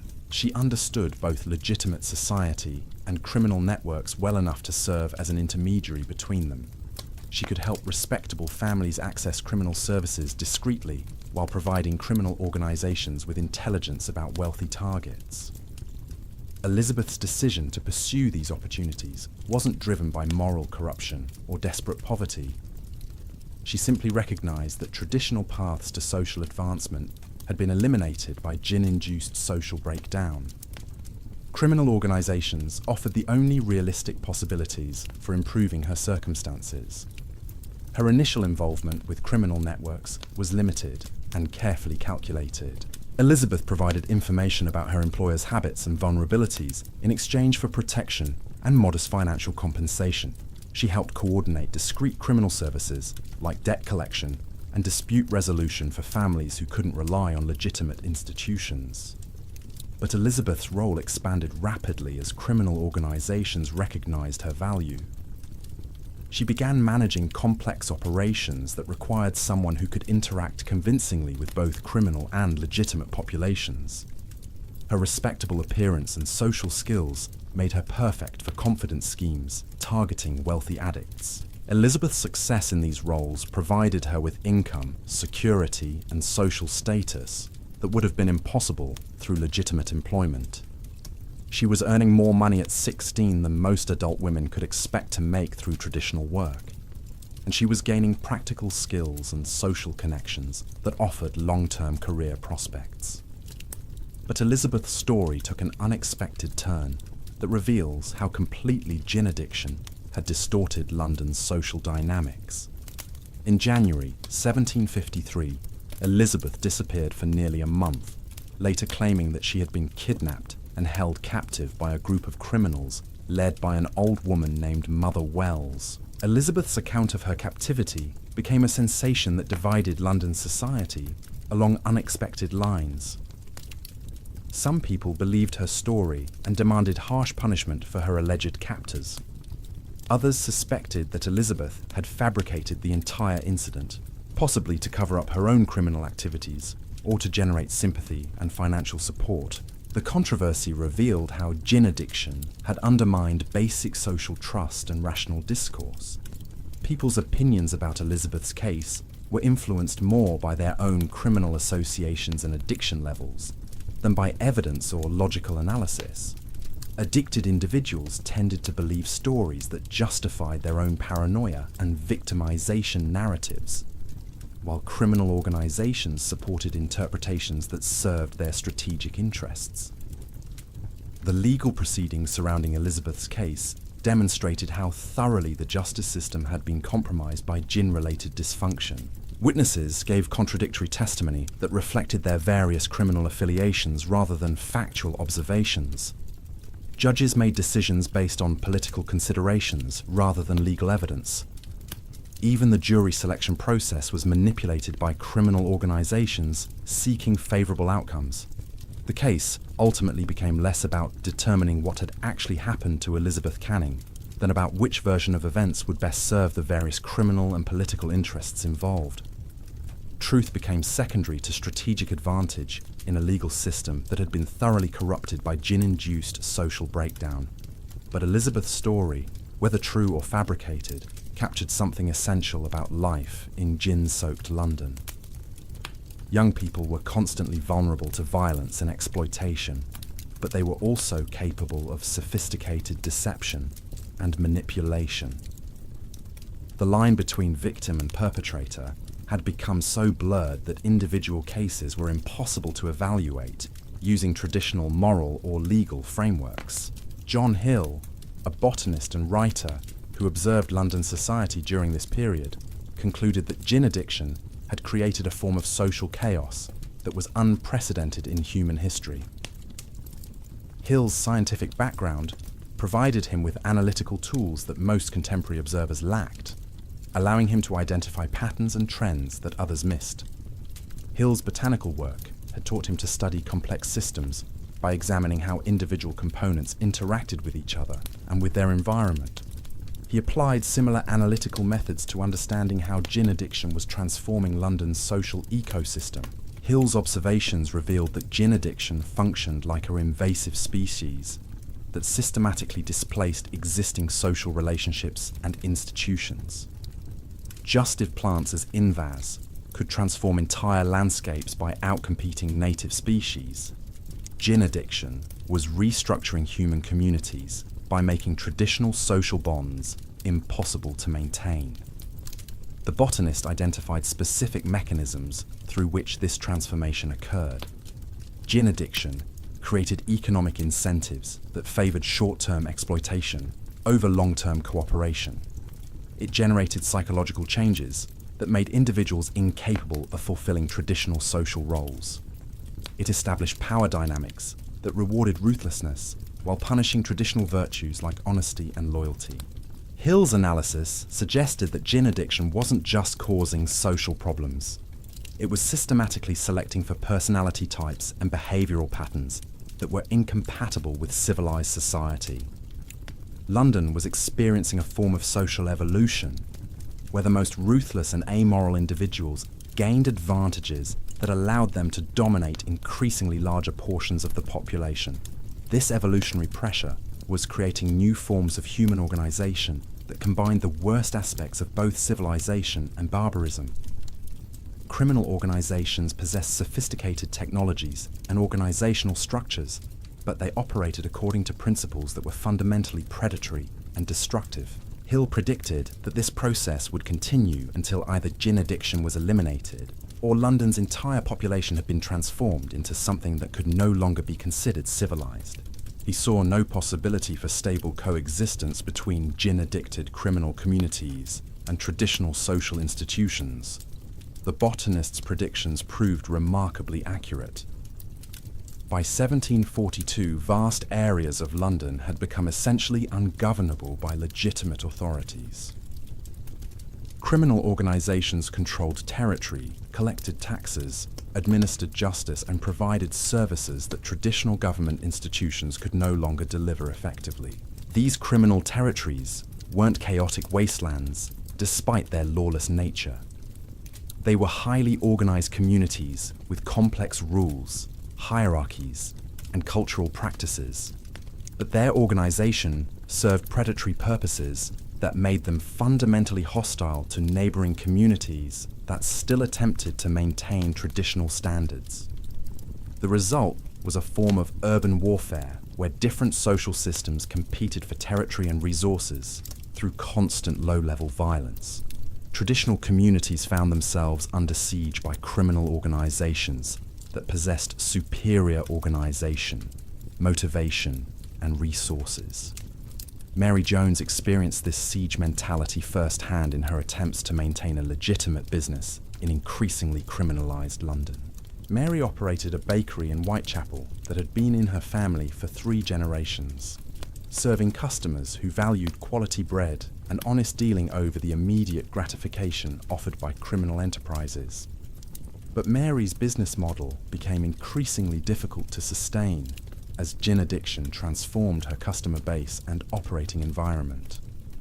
Regular customers became unreliable as their addiction progressed, often unable to pay for purchases or becoming violent when refused credit. Suppliers demanded higher prices and more frequent payments because gin-related crime made business relationships unpredictable and dangerous. Mary's most serious challenges came from criminal organizations that viewed legitimate businesses as obstacles to their territorial control. These groups demanded protection payments, imposed their own taxation systems, and required Mary to provide services that supported their criminal activities. When Mary initially refused these demands, criminal organizations began systematic campaigns to destroy her business. They sent addicted customers to create disturbances that drove away legitimate patrons. They contaminated her supplies and equipment, making it impossible to produce quality products. They spread rumors about her business practices that damaged her reputation in the community. But the most effective pressure came from Mary's own family members and employees who had developed gin dependencies. These people, whom Mary had trusted and supported for years, began stealing from the business, selling information to criminal competitors, and sabotaging operations from within. Mary gradually realized that maintaining a legitimate business required constant warfare against criminal organizations, addicted customers, corrupted suppliers, and compromised employees. The energy and resources needed for this struggle left little opportunity for actually producing and selling bread. Her experience was replicated throughout London as legitimate businesses discovered that criminal organizations could destroy them through systematic pressure that traditional legal and economic institutions were powerless to resist. The competitive advantages that had historically favored honest enterprises had been eliminated by gin-induced social breakdown. Mary's eventual decision to sell her business to a criminal organization represented the broader pattern of legitimate economic activity being absorbed into criminal networks. Her bakery continued operating, but it now served primarily as a front for illegal activities, while providing bread as a secondary function. The transformation of Mary's business illustrated how criminal organizations were creating parallel economic systems that offered many of the same services as legitimate enterprises, but operated according to fundamentally different principles. These parallel systems were often more efficient and reliable than their legitimate counterparts because they could use violence and coercion to solve problems that legal businesses had to address through slower and more expensive methods. Samuel Richardson, the printer and novelist who would later write Pamela and Clarissa, documented this economic transformation from the perspective of someone whose business required extensive interaction with various levels of London society. Richardson's printing shop produced materials for legitimate businesses, government agencies, and criminal organizations, providing him with unique insights into how different economic systems operated. Richardson observed that criminal organizations often demonstrated superior business practices compared to legitimate enterprises. They paid bills promptly, maintained clear contractual relationships, and provided reliable security for business operations. Their illegal status didn't prevent them from operating more professionally than many supposedly respectable businesses. The printer's most successful clients during this period were criminal organizations that needed sophisticated printing services for counterfeiting, document forgery, and propaganda operations. These premium prices, clients pay never disputed charges, and provided steady per despite the economic work that allowed Richardson's business to prose chaos affecting other legitimate enterprises. But Richardson also recognized that his business success was making him complicit in criminal activities that were destroying London society. His printing services enabled counterfeiting operations that undermined legitimate currency. His document forgery supported identity theft and fraud schemes that victimized honest citizens. His propaganda materials helped criminal organizations recruit new members and expand their territorial control. Richardson's moral dilemma reflected the broader challenge facing anyone trying to maintain ethical standards in gin-soaked London. Pure moral principles had become practically impossible to implement because they required cooperation from institutions and individuals who were no longer capable of ethical behaviour. The printer's solution was to establish internal guidelines that allowed him to work with criminal organisations while avoiding the most destructive forms of collaboration. He would print materials for illegal businesses but refused jobs involving violence against specific individuals. He provided services that supported general criminal activities but declined contracts targeting legitimate institutions directly. These compromises allowed Richardson to maintain his business and support his family while preserving some degree of moral integrity. But they also illustrate how gin addiction had forced even conscientious individuals to participate in criminal networks that they personally opposed. Richardson's experience demonstrated that moral purity had become a luxury that few people in gin-soaked London could afford. Survival required pragmatic accommodation with criminal organisations, even for individuals who recognized the destructive consequences of their choices. The printer's gradual accommodation with criminal clients paralleled broader social changes that were transforming London's entire cultural landscape. Traditional moral and religious authorities had lost influence over populations whose daily survival depended on criminal networks. New forms of cultural expression were emerging that reflected the values and perspectives of criminal organizations rather than legitimate institutions. Street ballads and popular songs began celebrating criminal figures as heroes rather than villains. Stories circulated that portrayed gin addiction as liberation from oppressive social conventions rather than personal and social destruction.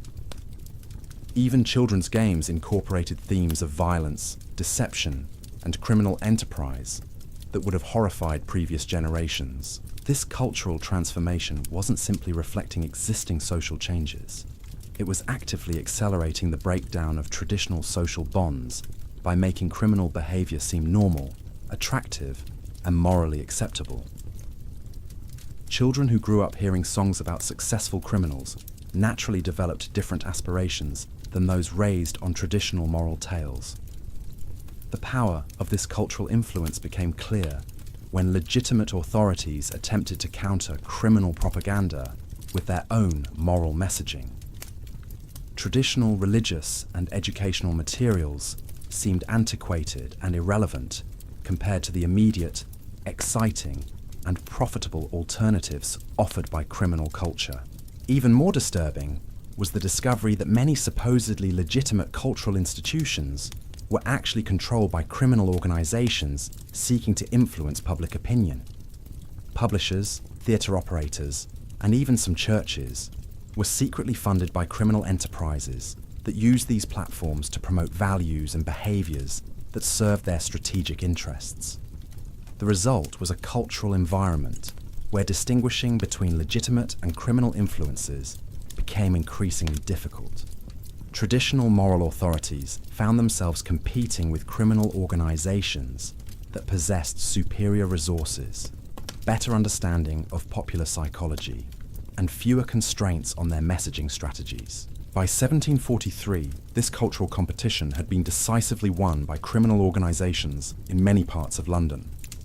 Entire neighbourhoods had developed value systems that were completely incompatible with traditional British moral and legal frameworks. These communities weren't simply ignoring legitimate authority.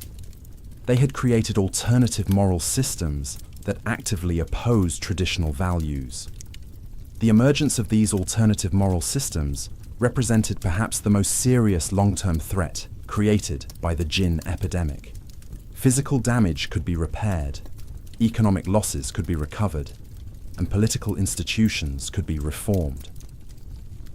But the cultural changes occurring in gin-soaked London were creating mindsets that would persist for generations even if the immediate crisis was somehow resolved. Daniel Defoe, the author of Robinson Crusoe, and one of the most perceptive social observers of his era, recognized the historical significance of what was happening in London. Defoe's journalistic background and literary skills allowed him to document social changes with unprecedented detail and analytical sophistication. Defoe's reports from this period describe a society undergoing transformation so radical that future historians would struggle to believe his accounts. He documented communities where traditional family structures had been completely replaced by criminal hierarchies. He observed neighborhoods where children learned criminal skills as systematically as previous generations had learned traditional trades. But Defoe's most important contribution was his recognition that these changes weren't temporary disruptions that would disappear when the gin epidemic ended. He understood that London was experiencing a fundamental alteration in human social organisation that would have permanent consequences for British civilization. The author's analysis suggested that gin addiction had triggered social changes that were irreversible through normal political or economic means. The communities emerging from gin-soaked London represented new forms of human organisation that were fundamentally incompatible with traditional British society. Defoe predicted that these new social forms would eventually spread beyond London to influence other British cities and possibly other European nations. He saw gin-induced social breakdown as a preview of changes that would affect all of European civilization if similar conditions developed elsewhere. The author's warnings proved remarkably prescient. Other British cities were already experiencing their own gin epidemics, and the social changes occurring in London were being replicated throughout the kingdom. Traditional social institutions were collapsing wherever gin consumption reached critical levels. International observers were also noting similar patterns in other European cities, where cheap alcohol and economic disruption had created conditions resembling those in London. The gin epidemic wasn't just a British phenomenon, it was part of broader changes affecting urban civilization throughout Europe. These international parallels suggested that gin addiction was revealing fundamental vulnerabilities in European social organisation, rather than problems specific to British culture or government. The crisis in London was providing a preview of challenges that would eventually confront all European societies as urbanisation and economic change created similar social pressures. The implications were staggering. If gin addiction could transform London so completely, what would happen when similar pressures affected other major European cities? Would traditional European civilization survive if multiple urban centres experienced simultaneous social breakdown? These questions were becoming increasingly urgent as reports arrived from other cities describing rising gin consumption and associated social problems. Amsterdam, Hamburg, and even Paris were beginning to show early signs of the patterns that had devastated London. But perhaps most terrifying was the realization that London's experience had demonstrated how quickly and completely civilized society could collapse when the right combination of pressures converged.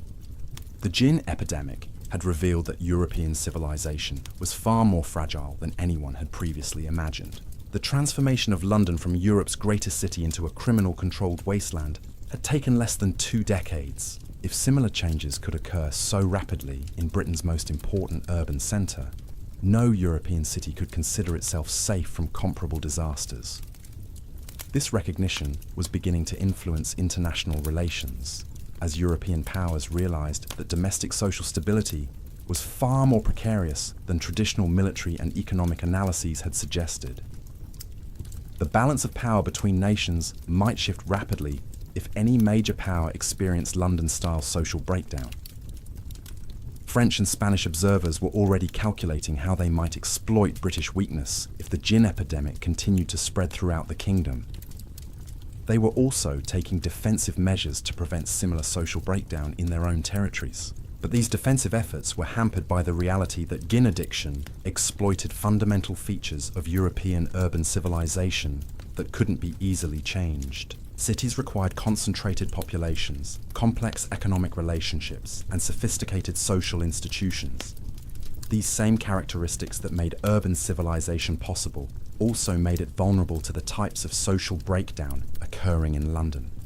The gin epidemic had revealed that European civilization contained the seeds of its own destruction. The same economic systems that had created unprecedented prosperity had also generated the social conditions that made gin addiction possible and profitable. The urban concentrations that had enabled cultural and technological advancement had also created populations vulnerable to rapid social contagion. James Thomson, the Scottish poet who had celebrated British prosperity in rural Britannia, found himself documenting the collapse of everything he had previously praised. Thomson's later writings from this period reveal a man struggling to understand how the civilization he had glorified could have transformed so completely and so quickly. Thomson's poetic sensibility allowed him to capture emotional and psychological dimensions of the crisis that escaped other observers. His verses described the profound sense of loss experienced by Londoners who remembered what their city had been before gin addiction transformed it into something unrecognizable. But Thomson's most powerful insights concerned the speed with which social memory was disappearing. Children who had grown up during the gin epidemic had no personal experience of functional society. They couldn't imagine alternatives to the criminal-controlled chaos they had always known. This loss of social memory meant that recovery would require more than simply eliminating gin addiction. London would need to rebuild not just institutions and economic systems, but the entire cultural knowledge base that made civilized society possible. The poet observed communities where basic social skills had been forgotten within a single generation. People no longer knew how to cooperate peacefully, resolve disputes without violence, or maintain relationships based on mutual trust and respect. These capabilities had been replaced by survival skills appropriate for criminal environments but useless for civilized society. Thomson's documentation of this cultural amnesia provided crucial evidence for understanding why the gin epidemic had been so devastating and why recovery would be so difficult. Social breakdown hadn't just damaged existing institutions, it had eliminated the knowledge necessary for rebuilding those institutions. Robert Walpole, still serving as Prime Minister despite his own compromised condition, was beginning to grasp the full scope of the crisis his administration faced. Walpole's private correspondence from 1743 reveals a leader who finally understood that the gin epidemic threatened the survival of British civilization itself. But Walpole also recognised that his government lacked the resources, authority, and moral credibility necessary for addressing a crisis of this magnitude. Traditional policy tools were inadequate for problems that had fundamentally altered the social fabric of the nation's most important city. The Prime Minister's dilemma was compounded by his realization that any effective response to the gin epidemic would require acknowledging the government's role in creating the disaster. The policies that had encouraged gin production and consumption had been implemented by his own administration and its predecessors. Political survival seemed to require maintaining the fiction that gin addiction was a temporary problem that could be solved through minor policy adjustments. But Walpole's private analysis suggested that effective solutions would require admitting massive governmental failure and accepting responsibility for unprecedented social destruction. The Prime Minister's paralysis reflected broader institutional failures that made effective response impossible. Parliament included too many members who were personally compromised by gin addiction or financially dependent on the gin trade. The civil service was staffed by officials who were either addicted themselves or corrupted by criminal organisations. Even the monarchy had been compromised by gin-related corruption and addiction. King George II's court was reportedly consuming enormous quantities of gin, and several royal advisors were suspected of maintaining financial relationships with major distilling operations. This comprehensive institutional corruption meant that British government had become incapable of governing effectively. The gin epidemic hadn't just created social problems, it had systematically destroyed the governmental capacity necessary for addressing those problems.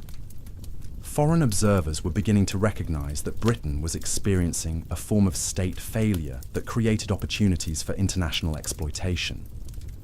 French agents were already operating in London with impunity, knowing that British authorities were too compromised to interfere with foreign intelligence activities.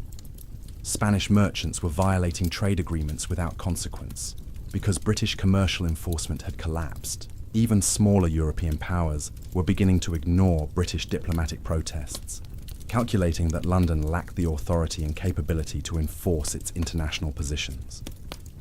The international implications were becoming clear to perceptive observers throughout Europe.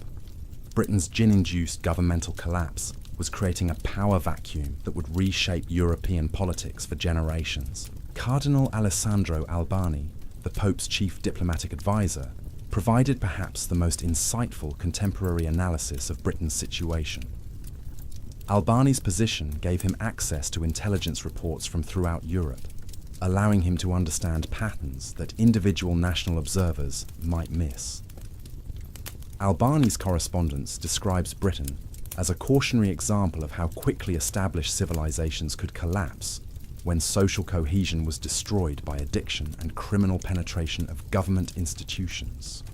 The Cardinal saw Britain's experience as a preview of challenges that would eventually affect all European powers.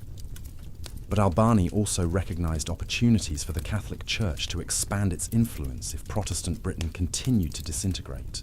The Cardinal began developing strategies for filling the religious and moral vacuum created by the collapse of Anglican authority in djinn-affected areas. These strategies involved establishing Catholic missions in London neighbourhoods where traditional Protestant institutions had failed completely. Catholic priests were instructed to provide practical services like education, medical care, and dispute resolution rather than focusing primarily on religious conversion. The approach proved remarkably successful in areas where residents had lost faith in all traditional institutions. Catholic missions offered stability, moral authority, and practical assistance that Protestant churches could no longer provide effectively. But the Catholic Church's success in djinn-affected areas also revealed how completely traditional British religious and cultural identity had been destroyed. Neighbourhoods that had been Protestant for centuries were converting to Catholicism because Catholic institutions were the only ones that still functioned effectively. This religious transformation had profound political implications for a nation whose identity was built on Protestant resistance to Catholic influence. The gin epidemic was not only destroying British social institutions, it was eliminating the cultural foundations of British national identity. King George II was reportedly terrified by intelligence reports describing Catholic expansion in London's criminal districts.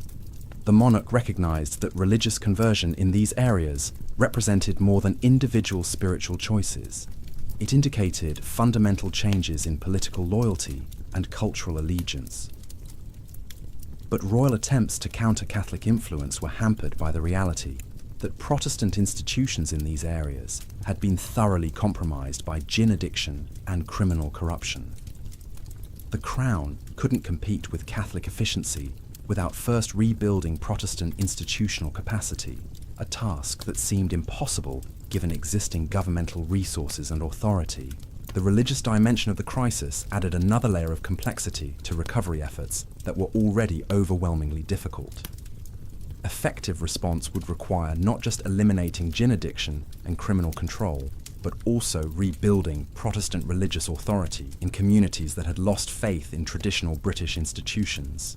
Mary Astell, one of England's first feminist writers, provided unique insights into how gin addiction was affecting women and family structures throughout London.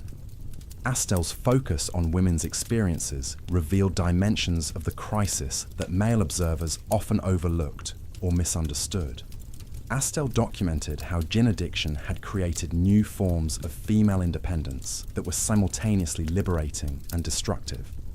Women who had been economically dependent on husbands or fathers found themselves able to earn money through criminal activities. But this independence came at the cost of physical safety, social respectability, and long-term security. The writer observed that criminal organizations often provided women with opportunities for leadership and entrepreneurship that would have been impossible in traditional society. Some women had built substantial criminal enterprises that generated wealth and power far beyond anything they could have achieved through legitimate channels. But Astell also recognized that this criminal female empowerment was ultimately illusory because it depended on social breakdown rather than genuine equality.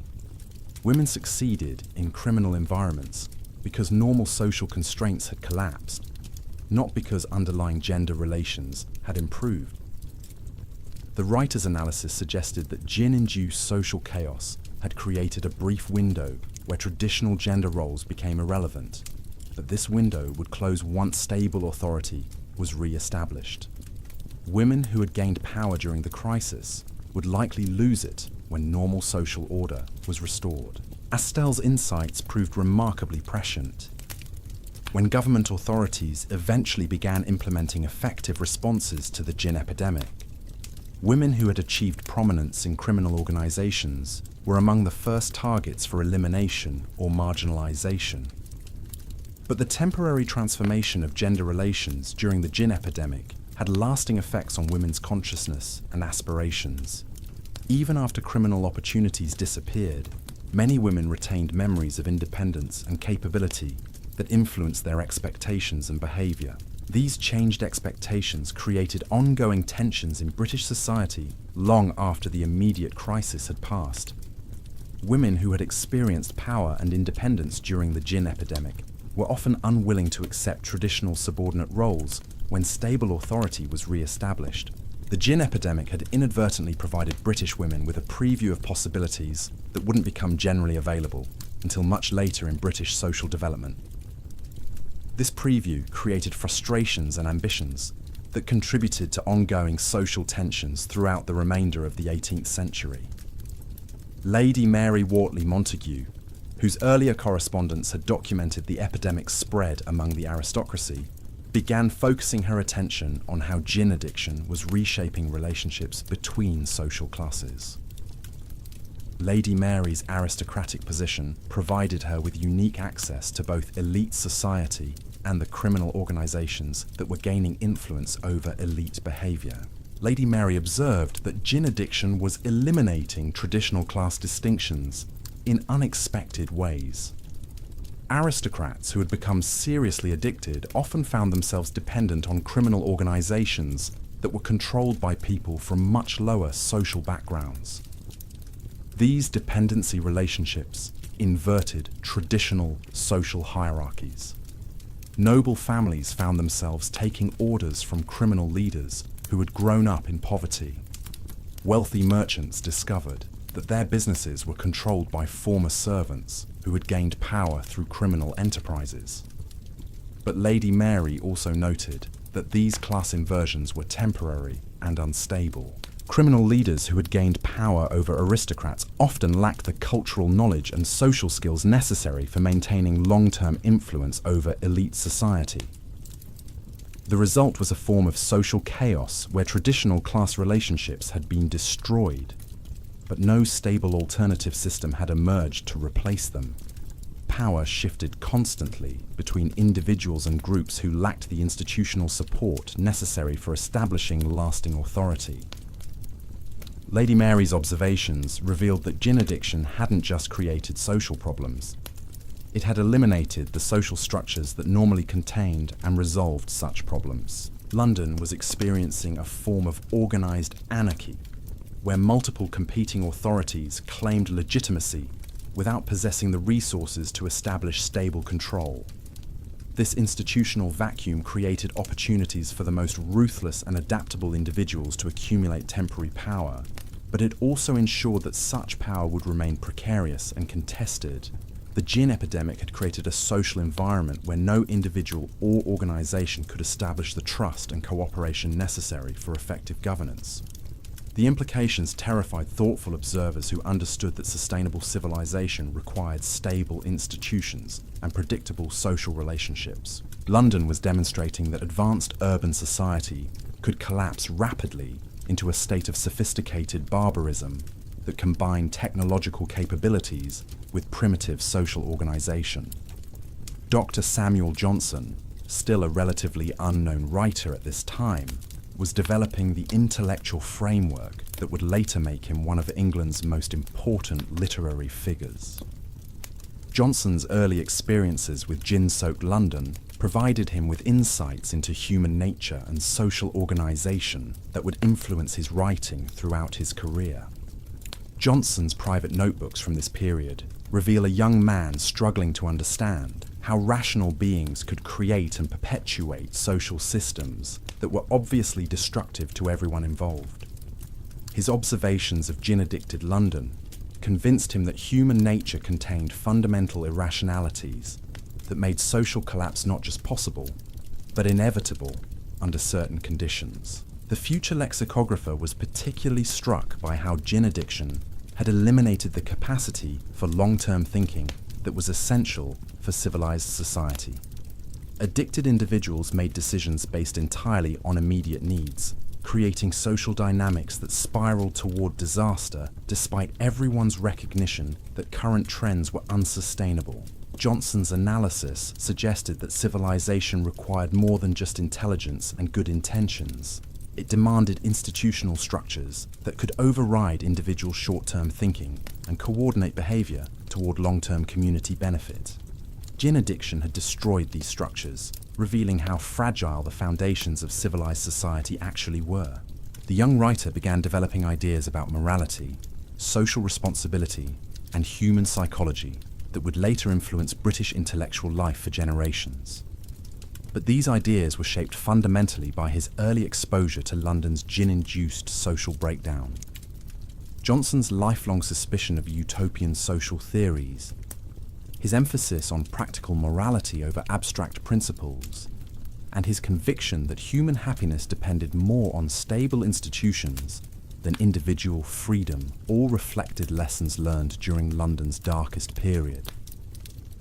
The gin epidemic was thus shaping not just immediate social conditions, but also the intellectual frameworks that would guide future British social development. The crisis was creating new ways of thinking about human nature, social organisation, and political responsibility that would influence British culture long after the immediate problems had been resolved. Meanwhile, the immediate crisis continued deepening as 1744 approached. Crime rates had reached levels that made normal urban life impossible in large areas of London. Economic activity had shifted so completely toward criminal enterprises that legitimate businesses could barely function. Government authority had collapsed so thoroughly that foreign observers were beginning to question whether Britain still qualified as a sovereign nation. If a country couldn't maintain basic order in its own capital city, could it credibly claim to govern territory or conduct international relations? These questions were becoming urgent as other European powers began testing British responses to various provocations. Military challenges, trade disputes, and territorial claims that would normally have generated strong British responses were met with weakness or incoherence that reflected domestic governmental collapse. The gin epidemic had transformed from a social problem into a national security crisis that threatened Britain's survival as an independent power. Yet the political and institutional resources necessary for addressing this crisis remained paralysed by the same addiction and corruption that had created the disaster. London's experience was revealing fundamental vulnerabilities in European civilization that no previous crisis had exposed.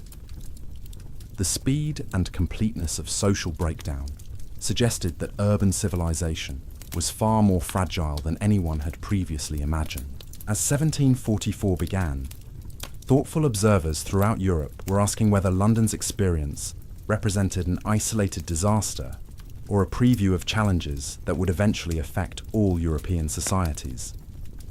The answer to this question would determine the future of European civilization itself.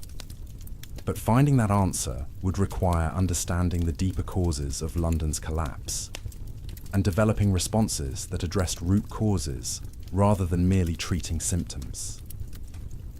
The complexity of this challenge